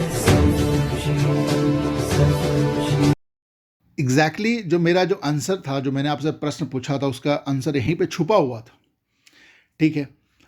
कुल मिलाकर ये जो म्यूज़िक है, stories, poetry, drama, painting, folklores, folk tales, ठीक है, जो कल्चर का हिस्सा है, ये इसमें बहुत ही दम है और ये जादू दिखलाता है। और जो नेशनलिस्ट फीलिंग को अगर जगाने का जो सबसे जो महत्वपूर्ण तरीका है ना, इवन इनफैक्ट स्ट्रगल से बेहतर। और ये स्ट्रगल में एक्चुअली मदद करता है, लोगों को एकजुट करता है और लोगों को जोड़ता है ताकि स्ट्रगल और मजबूत हो सके। चलिए एग्जाम्पल देखते हैं, जो आपने ग्रीस देखा वहाँ का एग्जाम्पल है। यूजेन डेलाक्रोक्स करके हैं पेंटर, इन्होंने विविड कलर को यूज़ करके देखिए क्या सुंदर इन्होंने पेंटिंग बनाया है। और इन्होंने लोगों से अपील किया कि देखो क्या हमारे साथ समस्या हो रखी है, ग्रीक लोगों के साथ क्या चल रहा है, किस तरह से तुर्क ने हमारे 20,000 लोगों को आइलैंड ऑफ चियोस में मार दिया, किस तरह से औरतों पे बच्चों पे अत्याचार किया जा रहा है, उनके कपड़े फाड़ दिए जा रहे हैं, क्या चल रहा है। और उन्होंने सफरिंग पे फोकस किया इस पेंटिंग के थ्रू। ठीक है, विविड कलर को यूज़ किया ताकि जो स्पेक्टेटर है एक अपील जा सके, डायरेक्ट मैसेज जा सके, भाई देखिए क्या चल रहा है। गुहार लगाया गया इस पेंटिंग के थ्रू और आपने देखा है फाइनली क्या हुआ। ठीक है, सो बेसिकली ये जो पीरियड एक आया, ये जो कल्चर को लेके, डांस फॉर्म को लेके और जो पुरानी चीज़ें थी उसको एकजुट बनाकर जो एक पीरियड आया जिसको हम बोल सकते हैं कल्चरल मूवमेंट, जिसका हम नाम दे सकते हैं रोमांटिसिज्म। ठीक है, और इसमें बहुत दम था नेशनलिस्ट सेंटिमेंट को एक तरह से चरम सीमा पर पहुंचाने में, दम था इसमें। और ये बेसिकली साइंस वाइंस नहीं कि रीजन है, साइंस है, ऐसा करेंगे तो ऐसा होगा, ऐसा कुछ नहीं है। वो जानते थे कि भाई सबसे इंपॉर्टेंट चीज़ है इमोशन, सबसे इंपॉर्टेंट चीज़ है इंट्यूशन, सबसे इंपॉर्टेंट चीज़ है फीलिंग। ठीक है, और इन सभी चीज़ों के थ्रू ना एक कलेक्टिव फीलिंग आएगा, आपका कल्चरल पास से अपने आप को जोड़ पाएंगे, एक कॉमन कल्चर से जब बिलोंगनेस आएगा तो अपने आप को जोड़ पाइएगा और यही आधारशिला बनेगी राष्ट्र की कामना की, और यहीं से आप अंकुरित होइएगा और आपको राष्ट्र मिलेगा। ठीक है, इन्होंने बोला देखिए नहीं, वर्नाकुलर लैंग्वेज पे ध्यान देना है, जो लैंग्वेज हमारे यहाँ बोला गया उस पर अपने आप को जोड़ना है। ठीक है, फॉक डांसेस, फॉक लोर्स हो गए। ठीक है, अब इसमें कुछ इंपॉर्टेंट नाम देख लीजिए, आप याद रखिए। जोहान गॉटफ्राइड हर्डर, ये जो रोमांटिस्ट जो लोग थे, रोमांटिसिज्म वाले, उन्होंने बोला भाई ट्रू जर्मन कल्चर है डिस्कवर किया जाना होगा थ्रू दास वॉल्क। ठीक है, ऐसे एक इंपॉर्टेंट नाम है करोल कोरपिंस्की, उस समय तो पोलैंड करके कुछ ऐसा नो लॉन्गर एग्जिस्टेड। ठीक है, इन्होंने क्या किया, म्यूजिक और ओपेरा के थ्रू जो वहाँ का जो डांस फॉर्म था, दो डांस फॉर्म पोलेनाइज एंड मजूर का, इन्होंने इसके थ्रू ना, ये दोनों फॉर्म के थ्रू ना बताया कि ये जो हमारा डांस फॉर्म है ये हमारा नेशनल सिंबल है, और नेशनलिस्ट फीलिंग को उन्होंने जगाए रखा। ठीक है, ये जो दो भाई हैं, एक Jacob Grimm and Wilhelm Grimm, ये दोनों भाई गांव-गांव तक गए, सुदूर क्षेत्रों का इन्होंने प्रूशियन एरिया में दौरा किया, पुराने शब्दों को इन्होंने एक कंपाइलेशन किया, डिक्शनरी बनाई, लोगों तक पहुंचाया, बोला ये है हमारा ट्रू जर्मन लैंग्वेज। तो इन्होंने लैंग्वेज के बेसिस पे पुरानी जो वहाँ के जो दादी नानी की कहानियों को जोड़कर इन्होंने बुक पब्लिश किया और लोगों को जोड़ा, बोला कि ये हमारा कल्चर हुआ। ठीक है, और बेसिकली वो फ्रेंच डोमिनेशन, जो लैंग्वेज का जो डोमिनेशन चल रहा था, कल्चर का डोमिनेशन चला, उसको उन्होंने अपोज किया और एक जर्मन नेशनल आइडेंटिटी क्रिएट की। ठीक है, समझ गए। लैंग्वेज भी एक इम्पॉर्टेंट रोल अदा करता है इस परिप्रेक्ष्य में। अगर आप देखिएगा वर्नाकुलर लैंग्वेज से क्या होता है, रशिया ने जब पोलैंड के हिस्सों को ऑक्यूपाई कर लिया, ठीक है, जो पॉलिश लोग थे, यानी कि जो वहाँ पर चर्च में जो लोग थे, थोड़े ही बच गए थे, इन लोगों ने अपने गैदरिंग्स में, रिलीजियस इंस्ट्रक्शन में वर्नाकुलर लैंग्वेज, यानी कि जो पॉलिश लैंग्वेज थी इनकी, लोकल लैंग्वेज, उसका यूज करने लगे। और ये बोलते थे कि ये हमारा नेशनल सिंबल है और ये इस सिंबल को यूज करके हम अपना स्ट्रगल को कंटिन्यू रखेंगे रशियन डोमिनेंस के अगेंस्ट में। हालांकि जहाँ पकड़े जाते थे रशिया वाले उनको पकड़ के या तो साइबेरिया भेज देते थे, नहीं तो जेल में डाल देते थे। बोलते नहीं, आपको प्रीचिंग देनी है तो रशियन लैंग्वेज में देनी है। समझ गए ना। अब आ गया 1830 का दौर, 1830s दौर बहुत ही भयावह था। अगेन बहुत ही बुरा स्थिति थी, बैड हार्वेस्ट ईयर था। ठीक है, बहुत सारे समस्याएं चल रही थी। इधर इंग्लैंड में इंडस्ट्रियल रेवोल्यूशन हो गया था और उस इंडस्ट्रियल रेवोल्यूशन में क्या हुआ, मशीन मैन को रिप्लेस करने लगा। ठीक है, अब मशीन मास स्केल पे प्रोडक्शन करने लगा। सबसे ज़्यादा अफेक्ट आया कहाँ पे, टेक्सटाइल सेक्टर में। जो वीवर्स थे, स्मॉल प्रोड्यूसर थे, इनफैक्ट इंडिया में भी इसका काफ़ी अफेक्ट आया। ठीक है, यू नो ऑलरेडी, क्योंकि जो इनके मशीन से जो द्वारा जो बने हुए सामान है वो सस्ते होंगे और जो हाथ से बुने हुए सामान रहेंगे महंगे रहेंगे। तो ऑब्वियसली जो प्रोड्यूसर्स हैं, छोटे वाले लोग हैं जो हाथ से काम करते हैं, जो वीवर्स हैं, ये तो अंडर प्रेशर आएंगे, भुखमरी की स्थिति इनके बीच हो जाएगी। एग्जैक्टली हुई। और उधर यूरोप में क्या हुआ, जो उनकी आबादी में काफ़ी तेज़ी देखने को मिला। ठीक है, ज़्यादा लोग, नौकरी कम, बस अनएम्प्लॉयमेंट की समस्या बड़ी गहरी हो गई। ठीक है, सिटीज ओवर क्राउडेड होने क्योंकि लोग नौकरी के चाहत में शहर में आने लगे। अरिस्टोक्रेसी तब तक अपना जलवा दिखला रहा था, टैक्स अपना ट्रेजरी को भरने के लिए टैक्स बढ़ा दिया था, पीजेंट्स पे और भी प्रेशर, ठीक है, मैनेरियल ड्यूज बढ़ा रहा था, खास करके आपका ईस्टर्न यूरोप में, क्योंकि वेस्टर्न यूरोप में तो ऑलरेडी खत्म हो चुका था इस सर्फडम काइंड ऑफ थिंग, ठीक है। बैड हार्वेस्ट ईयर तो था ही 1848 में। अब इस सारे सिचुएशन के वजह से ना फिर से फ्रांस में दिखता है जलवा। क्या दिखता है? फूड शॉर्टेज होने की वजह से मीट नहीं मिल रहा था लोगों को, ब्रेड नहीं मिला तो लंबी कतार में लगे थे, बहुत महंगी हो चली थी, ट्रॉली में पैसा भर के लेके जाना पड़ रहा था, लोग आ गए सड़क पे। इस बार आए कॉमन पीपल, पुअर पीपल। हालांकि लीडर तो ऑब्वियसली एजुकेटेड मिडिल क्लास होंगे, और हो गई पीजेंट्स की अपराइजिंग, ठीक है। पेरिस बन गया एपी सेंटर। स्थिति इतनी भयावह हो गई कि जो लुइस फिलिप आए थे चार्ल्स एक्स के जगह पे, ठीक है, उनको भागना पड़ा देश छोड़कर, कहीं जाके शरण लेना पड़ा, ठीक है। नेशनल असेंबली ने बोला कि अब फ्रांस एक रिपब्लिक बन चुका है। नेशनल असेंबली ने डिक्लेयर कर दिया अब एक फ्रांस रिपब्लिक है, ठीक है। सफरेज ग्रांट कर दिया दिस टाइम सारे लोगों को जिनके पास इनफैक्ट प्रॉपर्टी का अधिकार, जिनके पास प्रॉपर्टी नहीं था, यानी नॉन प्रॉपर्टी वाले लोगों को भी वोट का अधिकार दिया गया। हालांकि याद रखिए अभी भी औरतों को अधिकार नहीं मिला, ठीक है। राइट टू वर्क ग्रांट किया गया, जगह जगह पे नेशनल वर्कशॉप ऑर्गेनाइज किए ताकि लोगों को एम्प्लॉयमेंट मिल सके, ठीक है। उधर उसके 3 साल पहले ही 1845 में, 1848 में हुआ था फ्रांस में, उसके 3 साल पहले एक और घटना का जिक्र मैं करता हूँ, साइलेसिया में, ठीक है। मॉडर्न जर्मनी, पोलैंड एंड छोटा पार्ट है चेक रिपब्लिक का। वहाँ पे क्या हुआ, वहाँ पे इंडस्ट्रियल रेवोल्यूशन के वजह से जो कॉन्ट्रैक्टर जो लोकल लोगों को कुछ देते थे, सामान इनपुट देते थे, और उसके बाद जो फिनिश गुड्स था वो लेके फिर उनको पैसा देते थे। अब इनको पता है कंपटीशन तो आ चुका था मशीन के वजह से, तो उन्होंने प्रॉफिट कमाने के लिए उन्होंने क्या किया कि भैया हम आपको पैसा कम देंगे। इसके वजह से भूखमरी की स्थिति हो गई गाँव में, यहाँ पे ज़्यादातर लोग बीवर्स थे, ठीक है। तो ये लोगों ने क्या किया, पेयर बना बना के हवेली की तरफ एक दिन सवेरे सवेरे ही मूव करने लगे, पेयर बना के चुपचाप पहुंच गए कॉन्ट्रैक्टर के घर के पास, हवेली के पास। वहाँ कॉन्ट्रैक्टर तो बस अपना दरवाज़ा भी नहीं खोला, सारे विंडो बंद किए। इन्होंने क्या पथराव चालू कर दिया और उनके विंडोज दरवाज़ा को तोड़ फोड़ करने लगे, ठीक है। कॉन्ट्रैक्टर डर से अपनी फैमिली के साथ भाग गया बगल के विलेज में। तो वहाँ भी उसको शेल्टर नहीं मिला, बोले नहीं, वो इधर भी आ जाएंगे, हम आपको शेल्टर नहीं देंगे। फाइनली कॉन्ट्रैक्टर ने आर्मी की हेल्प लिया, और जो लोग थे ना, जो बीवर्स थे ना, विलेजर्स थे ना, इसमें से 11 लोगों को आर्मी ने मार दिया, ठीक है।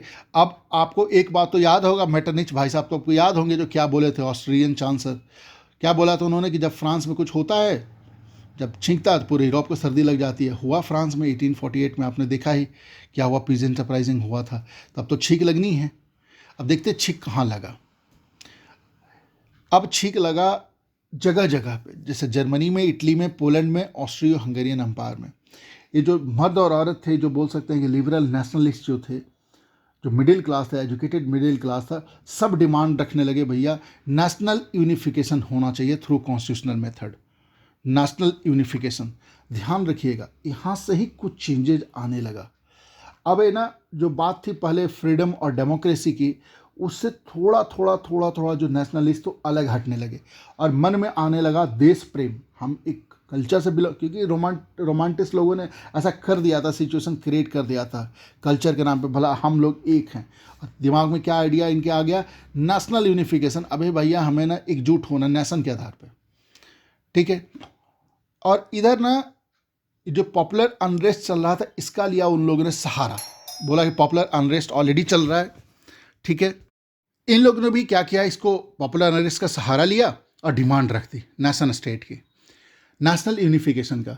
3 बेसिक प्रिंसिपल इन्होंने बोले, पार्लियामेंट्री प्रिंसिपल। क्या? एक तो होगा राइट, फ्रीडम ऑफ प्रेस होना चाहिए, राइट ऑफ फॉर्मिंग एसोसिएशन यानी कि freedom of association, and constitution.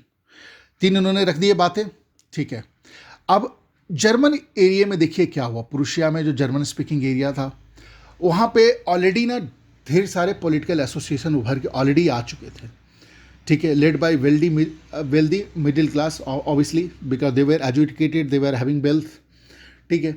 ये सब लोग ना मिल के ना एक दिन सिटी ऑफ फ्रैंकफर्ट में जमा हो गए, और वहाँ पे उन्होंने एक डिसीजन लिया, बोला कि हम एक वॉच करेंगे and all German national assembly create करेंगे। और इन्होंने वोटिंग किया, फ्रैंकफर्ट में वोटिंग किया। वोटिंग करने के बाद जो 831 जो इलेक्टेड हुए, जो लोग रिप्रेजेंटेटिव जो इलेक्ट हो गए थ्रू वोटिंग, ये सारे लोग, एक सर्दी काफ़ी थी, तभी भी सवेरे सवेरे ही 18 मई 1848 को ये सब लोग एकदम फेस्टिव अंदाज में, एकदम प्रोसेशन में, एकदम लाइन लगाकर ये सब पहुंच गए। कहाँ पे? फ्रैंकफर्ट में। कहाँ पे? Church of saint Paul. और उन्होंने बोला ये है हमारा फ्रैंकफर्ट पार्लियामेंट। और उन्होंने वहाँ पे बैठ के इन लोग ने एक कॉन्स्टिट्यूशन ड्राफ्ट किया और बोला भाई देखो, मोनार्की तो रहेगा, मोनार्की रहेगा। और उन्होंने वहाँ जो मोनार्क था फ्रेडरिच विल्हम फोर, उसको उन्होंने इनविटेशन दिया, बोला आइए और हेड कीजिए, ठीक है। हालांकि you will be subject to parliament, correct.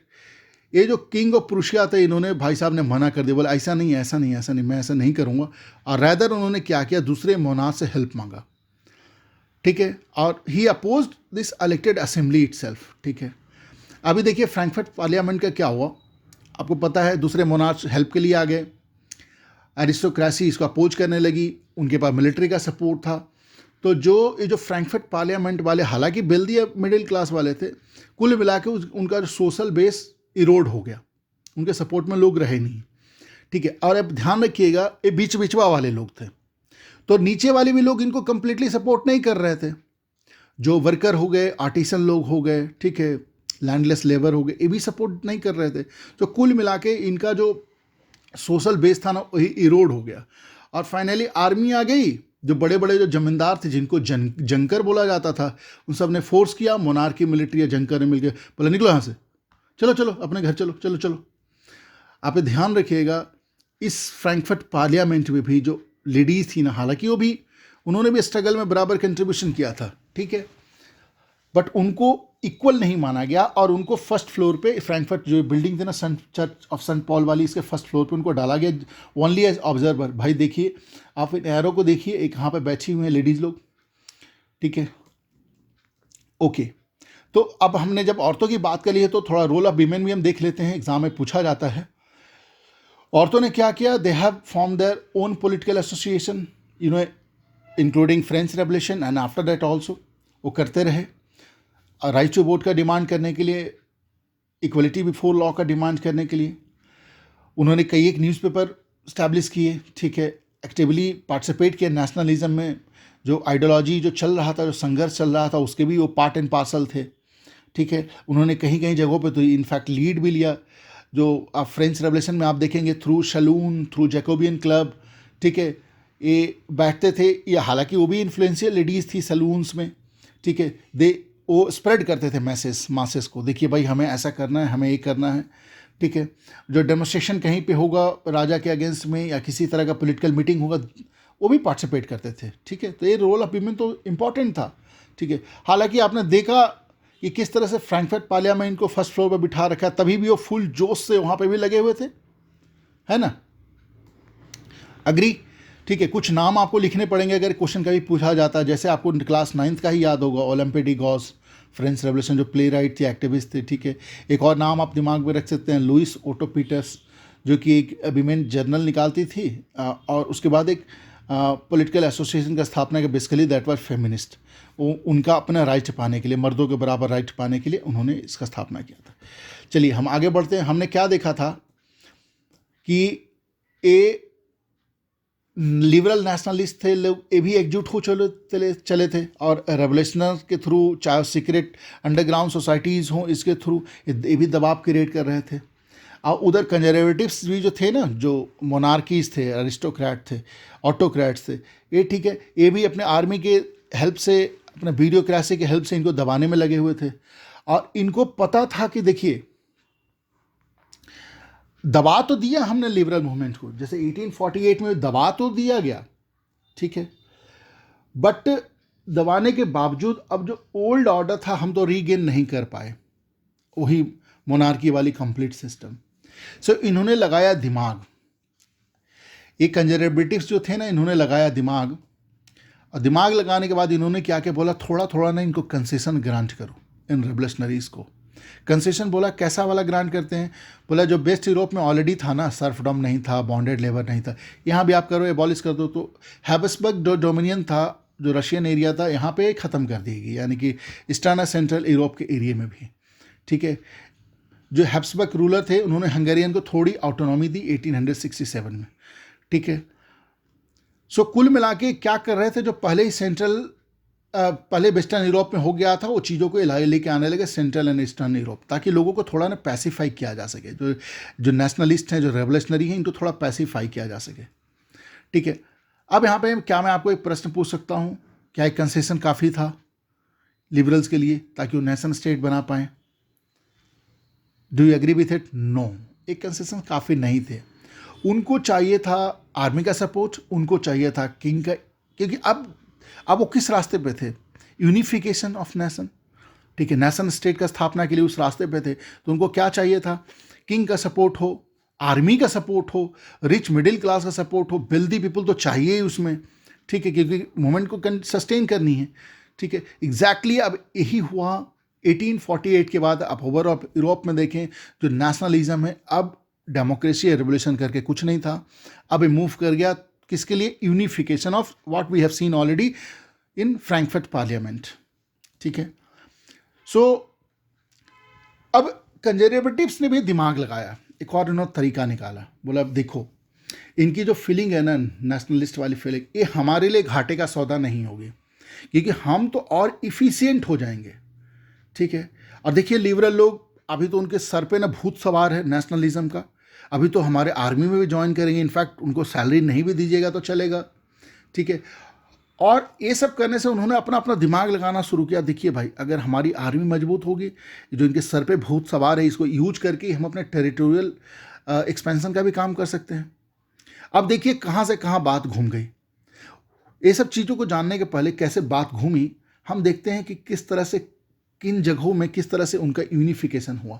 पहला एग्जाम्पल लेते हैं जर्मनी का, बहुत ही ब्राइट एग्जाम्पल, और उसको यूज करके आप बोल सकते हैं कि army can be the architect of nation.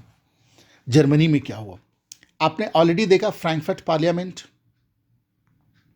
Frankfurt parliament याद है आपको, वहाँ पे जर्मनी ऑलरेडी एक लीडर के रूप में उभर चुका था, हालांकि फेल हो गया था। ठीक है, अब देखिए जर्मनी बिफोर यूनिफिकेशन, अगर प्रूशियन एरिया की बात करें तो ये इनका एरिया है जो मैंने डिमार्केट किया है। अब हम आगे देखते हैं कि लीडर तो उभर के आ चुके थे, हालांकि फेल भी हो गए थे। उसी समय एक महान लीडर का होता है आगमन, जिसका नाम क्या था? Auto von Bismarck. हालांकि ये भी एक जंकर थे, बिग लैंडलॉर्ड, और इन्होंने रशिया और फ्रांस में एम्बेसडर का भी काम किया था। ठीक है, he has also served as minister president. इनके पास बहुत ही वास्ट एक्सपीरियंस था डोमेस्टिक एंड फॉरेन डिप्लोमेसी का। अब इनका हो गया, भैया हम करेंगे प्रूशिया का यूनिफिकेशन। ठीक है, प्रूशियन आर्मी और ब्यूरोक्रेसी ने इनको सपोर्ट किया इस काम के लिए, और इन्होंने 3 लड़ाइयाँ लड़ी, आर्मी ने मिलकर 3 लड़ाइयाँ लड़ी, छोटे छोटे लड़ाइयाँ बट डिसीसिव। ऑस्ट्रिया को हराया एक तरफ डेनमार्क को हराया, एक तरफ फ्रांस को हराया। ठीक है, और आप देखेंगे जो मैंने बाउंड्री डिमार्केट थी प्रूशिया के बिफोर यूनिफिकेशन, अब ये बड़ी हो चुकी थी। राइट, समझ गए आप। और 1871 में जो प्रूशियन किंग था कैसर विलियम वन, उनको जर्मन एम्पायर के रूप में घोषणा कर दिया गया। कहाँ पे? हॉल ऑफ मिरर वर्सलीज में अब हो गया, यानी कि प्रॉपर जर्मनी। आज जो नेशन बिल्डिंग प्रोसेस था जर्मनी का, दिखलाया कि भाई देखो हम कैसे एकजुट हो गए। ठीक है, और basically it was a kind of demonstration to entire Europe that now we are the power, we are Germany। ठीक है, हम एकजुट हो चुके हैं। उन्होंने बहुत ही ज़्यादा काम किया करेंसी पे, करेंसी मिनिमाइज कर दिया, उन्होंने एक ही करेंसी रखी, बैंकिंग सिस्टम पे काम किया, लीगल सिस्टम पे काम किया, जुडिशल सिस्टम को सुधारा जर्मनी में। ठीक है, और एक बन गए वर्ल्ड लीडर। अब चलते हैं इटली में। इटली क्या था उस समय? बेसिकली अगर उनको हम देखते हैं, जो मैंने भी मार्क किया है सार्डिना पैटिमोंट एरिया, यही बेसिकली यहाँ पे एरिस्टोक्रेसी क्या थी? सिर्फ इटालियन। ठीक है, और बाकी ऊपर का जो एरिया है लोम्बार्डी, वेनेशिया, ये वाला जो एरिया है। ठीक है, उसके बाद का जो एरिया है डूचीज हो जाएंगे, डूची ऑफ परमा, डूची ऑफ मोडेना, फिर एक डूची ग्रैंड डूची है टस्कानी का। ठीक है। और जो सेंट्रल इटली हो गया वो पपल स्टेट है बेसिकली, और ये 2 सिसिली हो गए, समझ गए। ओके, अब देखिए कि यहाँ पे एरिस्टोक्रेसी क्या क्या थी। सार्डिना पेरिमोंट में इटालियन थी, ठीक है। लोम्बार्डी वेनेशिया में कौन थी, ऑस्ट्रियन थी, ठीक है। डूचीज़ में कौन था, और सेंट्रल में कौन था, ये सब पोप था, पपल स्टेट बोलते हैं। सिसिलीज में कौन थी, स्पेनिश थी, स्पेनिश बर्बन डायनेस्टी। ओके, अब देखिए कि इन्होंने क्या किया। अभी आपको पहले हम देख चुके हैं गिस्पे मैजिनी के बारे में, ठीक है, जो मेटरनिच ने बोला था कि सबसे बड़ा दुश्मन यही है हमारा। तो उन्होंने तो सीक्रेट सोसाइटी के थ्रू उन्होंने यंग इटली, यंग यूरोप की स्थापना कर दी थी, ठीक है, अपने गोल के लिए। हालांकि सक्सीड नहीं हुए थे। 1848 का जो अपराइजिंग था फेल हुआ था। सो कुल मिलाकर अब किसके कंधों पे बात आ गई, विक्टर इनामुअल II, क्योंकि आपको पता है ना सार्डिना पेडिमेंट का एरिया वही था एक इटालियन किंग, इटालियन एरिस्टोक्रेसी। तो उनके कंधों पे भार आ गई, भाई हमें इटली को यूनिफाई करना पड़ेगा, हमें मजबूत करें, तभी तो हमारा टेरिटोरियल एक्सपेंशन होगा, ठीक। ये हमारे रहे विक्टर इनामुअल II, ठीक है। उनको पता था कि जो यूनिफिकेशन, यूनिफाइड जो इटली होगा ना, इससे हमारा इकोनॉमिक डेवलपमेंट होगा, हमारा पॉलिटिकल डोमिनेंस बढ़ेगा, टेरिटोरियल एक्सपेंशन होगा। अब आते हैं सीन पर कैवर कैमिलो।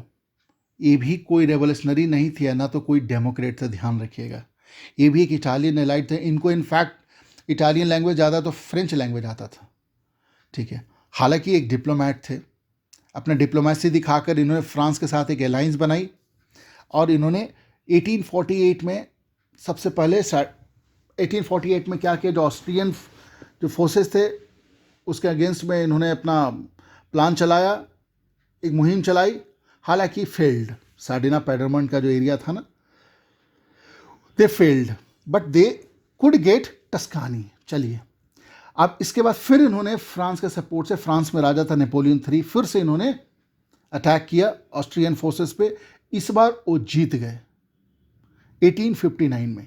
हालांकि अभी भी इनको ना वेनिसिया नहीं मिला, जो अभी वेनिस है, ठीक है, इनको सिर्फ लोम्बार्डी मिला। तो इन्होंने क्या किया, लगाया दिमाग और रिजाइन कर दिया, ठीक है। एज ए प्राइम मिनिस्टर इन्होंने रिजाइन कर दिया, ठीक है। किंग बोलते रह गए, बोला कि मैं तो रिजाइन करूंगा। इनके दिमाग में एक आइडिया था, रिजाइन करने से लोगों के भीतर एक सेंटिमेंट जागेगा हमारे फेवर में, सार्डिना पेडिमोंट के फेवर में। और हुआ, एग्जैक्टली हुआ। जो कुछ डुचीज़ थे, कुछ डुचीज़ में क्या हुआ, वहाँ पे वोटिंग हुआ and they voted in favour of Sardinia Piedmont. Cavour फिर से आ गए पावर में। यहीं पे उद्भव हुआ एक महान क्रांतिकारी का, जिसका नाम क्या है, गिस्पे गैरिबाल्डी। ये दोस्त भी थे, ठीक है, मजनी के, गिस्पे मैजनी के, ठीक है। एक गैरिबाल्डी थे, एक सेलर फैमिली से बिलोंग करते थे, जो कोस्टल ट्रेड में बेसिकली इन्वॉल्व थे, ठीक है। 1833 में मजनी से मिले थे। इन्होंने भी यंग इटली मूवमेंट में ज्वाइन उनके साथ किया था, ठीक है। और एक पार्टिसिपेट किए थे रिपब्लिकन अपराइजिंग इन पेडिमोंट इन 1834। इसके लिए उनको पकड़ के ना एक्साइल में भेज दिया गया था, जहाँ पे एक्साइल में रहे कब तक, 1848 तक। अब आ गए 1854 में गैरिबाल्डी आ गए फ्रेम में, किंग के सपोर्ट में, सार्डिना पेडिमोंट के किंग के सपोर्ट में, विक्टर इनामुअल II, ठीक है। और इनके पास थे 1000 आर्म्ड वॉलंटियर, ठीक है। They were volunteer and they were well trained in arms and all. They were known as red shirts, ठीक है। इंडियन फ्रीडम स्ट्रगल में भी आप पाएंगे सेम नेम, रेड सेट, खुदाई खिदमतगार। अगर आपको याद है तो लिख दीजिए कमेंट बॉक्स में, ठीक है। ये अपने आर्म्ड वॉलंटियर्स के साथ मार्च कर गए, कहाँ पे, सिसिलीज वाले एरिया में, साउथ इटली, जहाँ पे कौन था एरिस्टोक्रेसी, याद है आपको, स्पेनिश, ठीक है। अब बीच बीच में इनको लोकल पीजेंट्स का जो कूच किया, तो बीच बीच में सपोर्ट मिलता रहा, ठीक है। और ये जो नंबर था इनफैक्ट 30,000 तक पहुंच गया, और फाइनली दे गॉट 2 सिसिलीज। अब ये इटालियन यूनिफिकेशन का एक बड़ा हिस्सा कंप्लीट हो गया था। हालांकि अभी भी इन लोगों को रोम नहीं मिला। इन्होंने कोशिश तो किया, गैरिबाल्डी और उनके आर्मी ने कोशिश तो किया, बट वहाँ पे तो फ्रेंच आर्मी थी रोम में, उनके सामने कहाँ टिक पाएंगे। सो दे कुड नॉट सक्सीड। हालांकि बाद में इन्होंने लिया, जब फ्रेंच आर्मी हट गई तो फिर इनको रोम मिल गया, ठीक है। हो गया कंप्लीट इटली का यूनिफिकेशन। क्या मैं आपको एक पूछ सकता हूँ कि जो बीच बीच में लोग गैरीबाल्डी को मिले थे, क्या वो पढ़े लिखे थे? उनको भी नेशनलिज्म आता था, समझ में आता था कि क्या इटली है, क्या इटालिया है, और हम लोग क्या कल्चरल बेसिस है, इसलिए हम लोग लड़ने जा रहे हैं, ऐसा था? ऐसा कुछ नहीं था, क्योंकि most of them were illiterate. ठीक है, उनको ये भी पता नहीं था कि लिबरल नेशनलिस्ट आइडियोलॉजी क्या होता है। एक आप लोग सब हंसेंगे कि जो गैरीबाल्डी को पिजन ने सपोर्ट किया था, उनको तो इवन वर्ड भी कभी नहीं सुनने थे, इटालिया। और हाल वो बिलीव करते हैं कि जो ला टालिया है ना, जो हमारे राजा साहब उनकी बीवी है, बहुत खूबसूरत वाइफ है, ये उनको सिर्फ पता था। चलिए अब हम एक स्ट्रेंज केस को देखते हैं। इटली के बाद आपने 2 यूनिफिकेशन देख लिया, अब हम देखते हैं ग्रेट ब्रिटेन का strange case. Strange case in the sense कि जैसे जर्मनी में आर्मी ने ऐसा किया, आपने देखा किस तरह से गैरीबाल्डी ने इटली का यूनिफिकेशन किया, सबने मिलकर किया, कैमिलो ने डिप्लोमेसी दिखाई और यूनिफिकेशन हुआ। ठीक है, बट ब्रिटेन में क्या हुआ ये समझते हैं हम। सबसे पहले ध्यान रखिए, ब्रिटेन अभी का मॉडर्न मैप, ठीक है, इसमें जो आयरलैंड जो हिस्सा ब्लू कलर का है वो एक आयरलैंड कंट्री है, कंफ्यूज मत होइएगा। एक आयरलैंड, एक इंडिया जैसा एक अभी कंट्री है, समझ गए? ठीक है, सबसे पहले हम फोकस करेंगे स्कॉटलैंड में। स्कॉटलैंड अगर आप देखें इनका इतिहास तो 843 से ही एक सॉवरेन स्टेट के रूप में थे, किंगडम ऑफ स्कॉटलैंड। हालांकि मध्यकाल में वॉर होता रहा इनका इंग्लैंड के साथ। ठीक है, एक फेमस वॉर था, Wars of Scottish independence. In fact इनका एक राजा थे, कौन थे? जेम्स 6 स्कॉटलैंड के। वो इनफैक्ट राजा भी बने, किंग ऑफ इंग्लैंड, वो इंग्लैंड के भी राजा बने। तो आप समझिए कि पर्सनल यूनियन के थ्रू अब तो स्कॉटलैंड ज्वाइन कर गया, राजा दोनों के एक ही 1603 में। हालांकि ऑफिशियली 1707 में क्वीन आने के टाइम में ये दोनों किंगडम यूनाइट कर दिए गए और क्या नाम रखा गया? Kingdom of great Britain. Earlier it was Britain. समझ में आया? पहले क्या था? ब्रिटेन। अब एक क्या हो गया? जैसे स्कॉटलैंड मिला तो क्या नाम रखा गया? Kingdom of great Britain. और इस एक्ट का नाम क्या था जिसके थ्रू ये ज्वाइन किए थे Scotland and Britain? Acts of union. ठीक है, अब हम दूसरा एरिया देखते हैं, आयरलैंड का। आयरलैंड जो किंगडम था एक तरह से मोनार्की था और इंग्लैंड के द्वारा कंट्रोल होता था, तो लाइक ए क्लाइंट। ठीक है, चलता रहा सिलसिला अप टू 1800। ठीक है, 1800 में क्या हुआ? एक्ट्स ऑफ यूनियन आया। ठीक है, और kingdom of great Britain, kingdom of Ireland दोनों यूनाइट हो गया। और 1801 से क्या बोला जाने लगा? United kingdom.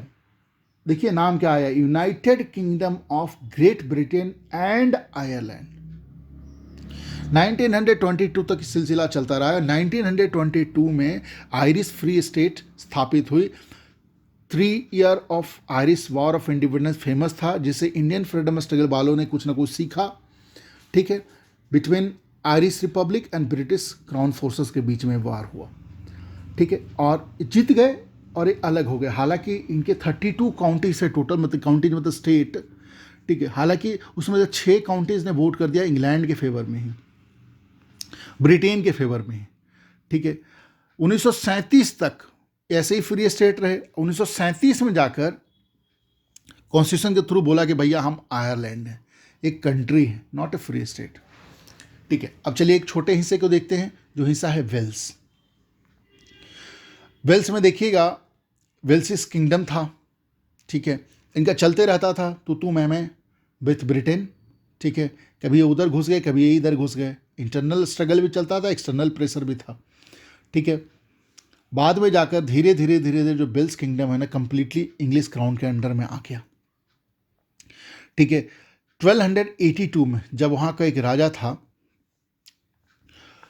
ग्रफेड जी के बाद क्या हुआ? उस समय राजा था इंग्लैंड का, कौन था? King Edward I। वेल्स को मिला लिया गया। ठीक है, एंड इनफैक्ट जब इंग्लिश मोनार्क था ना, वहाँ पे एक प्रिंस होने लगा जिनको बोला जाता था प्रिंस ऑफ वेल्स।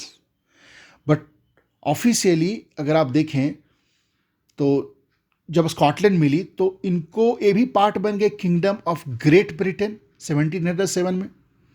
और 1801 में जब आयरलैंड मिल गई थी तो क्या नाम हो गया था, United Kingdom of great Britain and Ireland, तो वेल्स भी उसका हिस्सा हो गया। तो आखिर हुआ यहाँ पे क्या, आइडेंटिटी तो यहाँ के लोगों की क्या थी, आइदर इंग्लिश और वेल्स और स्कॉटिश और आयरिश, ठीक है। बट इंग्लिश वाले जो आइडेंटिटी थी, जो इंग्लिश कल्चर थी, डोमिनेंट कल्चर थी, क्योंकि कनिंगनेस देखिए, डिवाइड एंड रूल की पॉलिसी देखिए जो हमने इंडिया में झेला है इनको, ठीक है। इंडस्ट्रियल रेवोल्यूशन के बाद ये हो गए अमीर, ठीक है। तो धीरे धीरे जो इंग्लिश कल्चर और इंग्लिश ट्रेडिशन था, इन सब के ऊपर थोप दिया गया, ठीक है। जब 1688 में इंग्लिश पार्लियामेंट ने मोनार्की से पूरा पावर छीन लिया था ब्रिटेन में, और इंग्लैंड हो गया इसका सेंटर, ठीक है, धीरे धीरे इंग्लिश कल्चर को ना इन पे लाद दिया गया, ठीक है। एक्ट ऑफ यूनियन आपने देखा 1707 जब स्कॉटलैंड समाहित हो गया, और उसके बाद आपने देखा 1801 में जब आयरलैंड इनके साथ आ गया, ठीक है। तो आप ध्यान दीजिएगा इस बात को कि Britain was dominated by English member, ठीक है, और स्कॉटिश आइडेंटिटी अपनी थी, उसको भी ये लोग खा गए। इनफैक्ट उनको तो अपना उनका लैंग्वेज नहीं बोलने देते थे। जैसे नॉर्दर्न स्कॉटलैंड में देखेंगे ना, स्कॉटिश हाईलैंड में उनका लैंग्वेज था गेलिक, उनको बोलने नहीं दिया जाता था। बोला भैया आपका जो अपना जो ड्रेस है ना ट्रेडिशनल, उसको पहनने नहीं देंगे, ठीक है ना, उनको घर से निकाल दिया गया, ठीक है। आयरलैंड में क्या हुआ, आयरलैंड में मेनली थे कैथोलिक्स, ठीक है, कैथोलिक कंट्री था बेसिकली, और ब्रिटेन में प्रोटेस्टेंट थे। इन्होंने क्या दिमाग लगाया कि जो माइनॉरिटी में जो आयरलैंड में प्रोटेस्टेंट थी ना, उसको इन्होंने सपोर्ट कर दिया, वही फूट डालो राज करो वाली नीति अपनाई वहाँ भी। और सोचिए कि जो प्रोटेस्टेंट जो थे ना, they were able to establish their dominance over largely Catholic country. समझिए, मेजोरिटी के ऊपर माइनॉरिटी ने अपना दबदबा बना लिया। एक फील्ड रिवॉल्ट हुआ, famous field revolt Wolfe Tone का, हालांकि फेल हो गए हो, बट रिवॉल्ट काफ़ी फेमस है, वॉल्फ टोने और उनके यूनाइटेड आयरिशमैन 1798 में। फेल होने के बाद आपने देखा 1801 में क्या हुआ, आयरलैंड को फोर्सिबली इनकॉर्पोरेट कर दिया गया in United Kingdom of Britain, right, ठीक है। सो एक ब्रिटिश नेशन और British culture, it was propagated through English culture, ठीक है, और बाकी जो भी सबऑर्डिनेट थे उनके जो कल्चर थे ना, उसको इनगल्फ कर लिया अपने भीतर। आप यूनियन जैक को देखिए, मतलब ब्रिटेन का फ्लैग को देखिए, तो इसमें आप पाइएगा प्लस है, उसके पीछे एक्स है। X is what, Scotland, Scotland का जैक था, कलर था, ठीक है। आगे कौन है, प्लस है और एक्स है। तो समझिएगा क्या इनका आइडिया था इस फ्लैग के थ्रू। इंग्लिश का दबदबा बनाया गया, ठीक है, हम पे भी बनाया गया, तभी भी हम लोग इंग्लिश मीडियम में पढ़ते हैं, ठीक है। जो इनका जो British national anthem the God save the king, इस सब पे लाद दिया गया। Got it. अब मैं एक चीज पूछूंगा आपसे, यूरोप में आपने देख लिया क्या कैसे हुआ, एक प्रश्न पूछता हूं कि हम ना किस तरह से हम अपने भगवान का स्टैचू बना देते हैं और बताते हैं कि ये राम जी हैं, ये कृष्ण भगवान हैं, कि शिवा है। क्या नेशन के भी ऐसा किया जा सकता है? तभी वो पहचान पाएंगे कि हम कौन हैं। एग्जैक्टली, रोमांटिसिज्म के दौर में रोमांटिक आर्टिस्ट ने यही किया। इवन इनफैक्ट उसके पहले भी आप देखिए, फ्रेंच रेवोल्यूशन के टाइम में किस तरह से उन्होंने दिखलाया एक लेडी के रूप में, ठीक है। फ्रांस में she was named as Marianne, popular Christian name, ठीक है। और जो उनके कैरेक्टरिस्टिक थे वो सब लिया गया किससे, फ्रेंच रेवोल्यूशन के आइडियोलॉजी से, लिबर्टी, फ्रीडम, एक रेड कैप, ट्राई कलर होके, ठीक है। उनका मैरियाने का स्टैचू है ना, as a public figure, public square में लगाया जाना है, ताकि लोगों के जहन में रह सके ये हमारा नेशनल सिंबल है, हमें इसके लिए मर मिटना है, ठीक है। कॉइन पे उनका फ़ोटो छपवाया गया, ठीक है, ताकि लोगों को हमेशा याद रहे। तो बेसिकली ये जो आर्टिस्ट थे उन्होंने क्या किया, क्या इन्होंने रियल फीमेल का फिगर को पर्सनिफाई किया? ऐसा नहीं है, ये रियल लाइफ वीमेन नहीं थे, ओनली नेशन को पर्सनिफाई किया गया। ये उनका एक टेक्निक था, जो नेशन का आपका जो एब्स्ट्रैक्ट आइडिया है उसको कॉन्क्रीट फॉर्म में लाने का एक तरीका है, एक फीमेल फिगर को रूप में रिप्रेजेंट करके ऐसा किया जाए। So this female figure were basically allegory of the nation, ठीक है, इन्हीं को हम बोलते हैं एलोगेरी। इस तरह से जर्मनी में भी हुआ, जर्मन क्या नाम था? जर्मेनिया। जर्मेनिया क्रॉन पहनती थी, किसका? ओक लीफ का दिखाती थी। German oak leaf stand for heroism, robust lady के रूप में दिखलाया गया। ठीक है, बड़ा सा तलवार, बड़ा सा झंडा, करेक्ट। जो झंडा पकड़ती थी स्पेशली आफ्टर 1918, वो 3 कलर का था। कौन कौन सा कलर था? Black, red and gold. यही तो जर्मनी का फ्लैग है, ठीक है। अलग अलग रूप में इनको दिखलाया गया, जैसे द गार्ड ऑफ राइनलैंड। दूसरे देशों ने भी ऐसा किया, दूसरे देशों ने भी, जैसे फॉर एग्जांपल इटली का इटालिया हो गया। देखिए इटालिया जर्मनिया कैसे खुसुर फुसुर कर रहे हैं, ठीक है। सो अब एक चीज़ आप देख लीजिए कि जो कुल मिला के जो नेशनलिज्म था, लिबरलिज्म जो पहले था, अब नहीं रहा बिल्कुल। डेमोक्रेटिक सेंटिमेंट तो रहा ही नहीं बिल्कुल। अब था यूनिफिकेशन और टेरिटोरियल एक्सपेंशन। लिबरल लोग आर्मी ज्वाइन करने लगे, आपने देखा ही। अब ये बन गया एक narrow creed with limited and. और जो नेशनलिस्ट ग्रुप थे ना, अब एक दूसरे के इनटॉलरेंट बन गए थे। पहले किस तरह से इवन जो राजशाही वाले थे, एक मोनार्क दूसरे मोनार्क को बुलाते थे, अब ऐसा नहीं रहा, ठीक है। एक दूसरे के प्यासे बन गए, ठीक है। अब लड़ाई करेंगे, अब हर बात बात में लड़ाई लड़ाई लड़ाई लड़ाई। और ये लोग अपने आप को महान बताने के लिए, अपने आप के लिए ज़्यादा एक अपने इंडस्ट्री के लिए सामान जुटाने के लिए, रॉ मटेरियल जुटाने के लिए, अब ये आ गए एक डेडली जर्नी पे। एक बड़ा सा जर्नी जिसका अंत बहुत बुरा था। जर्नी का क्या नाम है? इम्पेरियलिज्म, साम्राज्यवाद, राइट। एक एग्जांपल देखते हैं कि रीजन का, उसको बोलते हैं बाल्कन एरिया। इस रीजन में बहुत छोटे छोटे कंट्री थे, बहुत छोटे छोटे रीजन थे, बुल्गारिया, अल्बानिया, क्रोशिया, ठीक है। इनका अपना अपना इथनिक आइडेंटिटी था। इनको स्लैब्स बोला जाता है जनरली, ठीक है। अब देखिए इतना सारा ethnic identity, they were under Ottoman empire, ठीक है। ऑटोमन एम्पायर खुद पड़ गया था कमज़ोर, इवन इंटरनल रिफॉर्म किया था तभी भी सक्सेस नहीं मिला। अब इन सारे एरियोज़ में अपना अपना कल्चर को लेके, रोमांटिसिज्म को बना के, नेशनलिज्म को, आपने देखा है ग्रीस कैसे इंडिपेंडेंट हो गया, किस तरह से डेला क्रेक्स ने कैसे क्या दिखलाया था, एक पेंटिंग के थ्रू डिपिक्ट किया कैसे अन्याय हो रहा है उनके साथ। सो कुल मिलाकर इन सब एक एक करके यूरोपियन जो सब्जेक्ट थे ना, अपना नेशनलिटी को बता के इंडिपेंडेंट डिक्लेयर करते चले गए, ठीक है। और आप ध्यान दीजिएगा, ये जो एरिया हो गया ना, एरिया ऑफ इंटेंस कन्फ्लिक्ट। क्यों? इधर निगाहें थी, एक तो छोटे छोटे थे, सबकी अपनी अपनी एथिकल आइडेंटिटी थी, एक दूसरे को पसंद नहीं करते थे, ठीक है। They were jealous of each other, ठीक है। और जो बड़े भाई साहब लोग थे ना, Russia, Germany, England, Austro Hungary, ये क्या हुआ ना कि ये लोग ना अपना रोटी सेकने के लिए, अपना फ़ायदा के लिए, वो अलग अलग एरियाज़ में उकसाते थे लोगों के, देखो भाई तुम हमारे हो, तुमको हम सपोर्ट करेंगे, और अपना बफर क्रिएट करते थे, नया नया वो लोग अपने टेरिटोरियल एक्सपेंशन करते थे। फाइनली यही जो एरिया था ना, एक इम्पॉर्टेंट रीजन बना, और you can say immediate reason बना for world war 1 in 1914। Anyway, world war तो हुआ, 1914 में हुआ। और आपको पता चला कि क्यों हुआ, जब नेशनलिज्म जब अलाइन हो गई इम्पेरियलिज्म से। डिसास्टर तो होना ही था, डेडली जर्नी थी, ठीक है।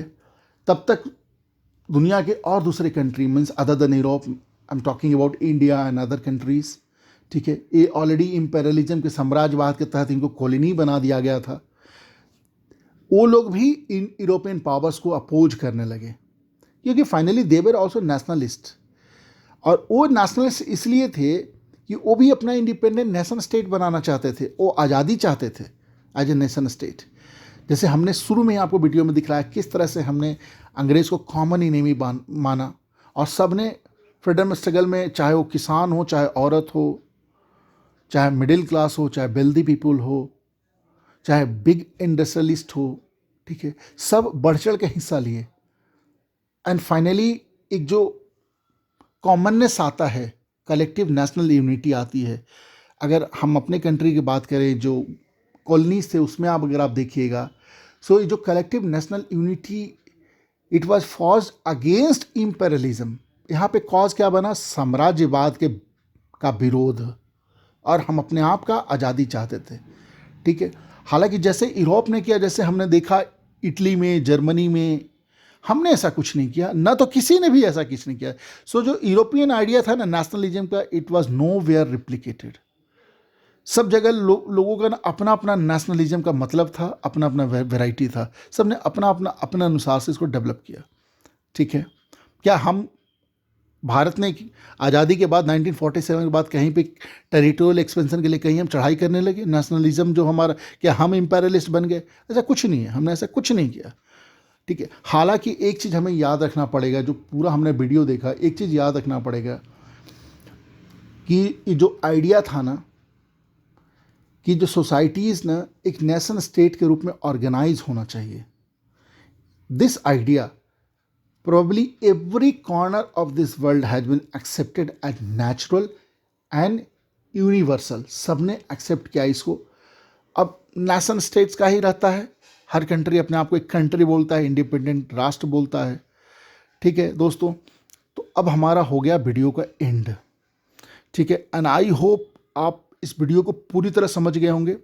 जो मैं बताने का कोशिश किया हूँ, जो आप समझना चाहते थे, उसको आप पूरी तरह समझ गए होंगे। आपको बहुत मज़ा आया होगा। और अगर किसी तरह का भी किसी भी इम्प्रूवमेंट की आप कामना करते हैं तो आप प्लीज़ कमेंट बॉक्स में लिखिए। और मेरा आप सबसे रिक्वेस्ट है, प्लीज़ इस चैनल को सब्सक्राइब कीजिए। आप अपने दोस्तों को बताइए इस चैनल के बारे में, ताकि मैं मोटिवेट होता रहूँ। मैं बहुत मेहनत करके वीडियो बनाता हूँ दोस्तों, करेक्ट दोस्तों। So thank you and bye bye.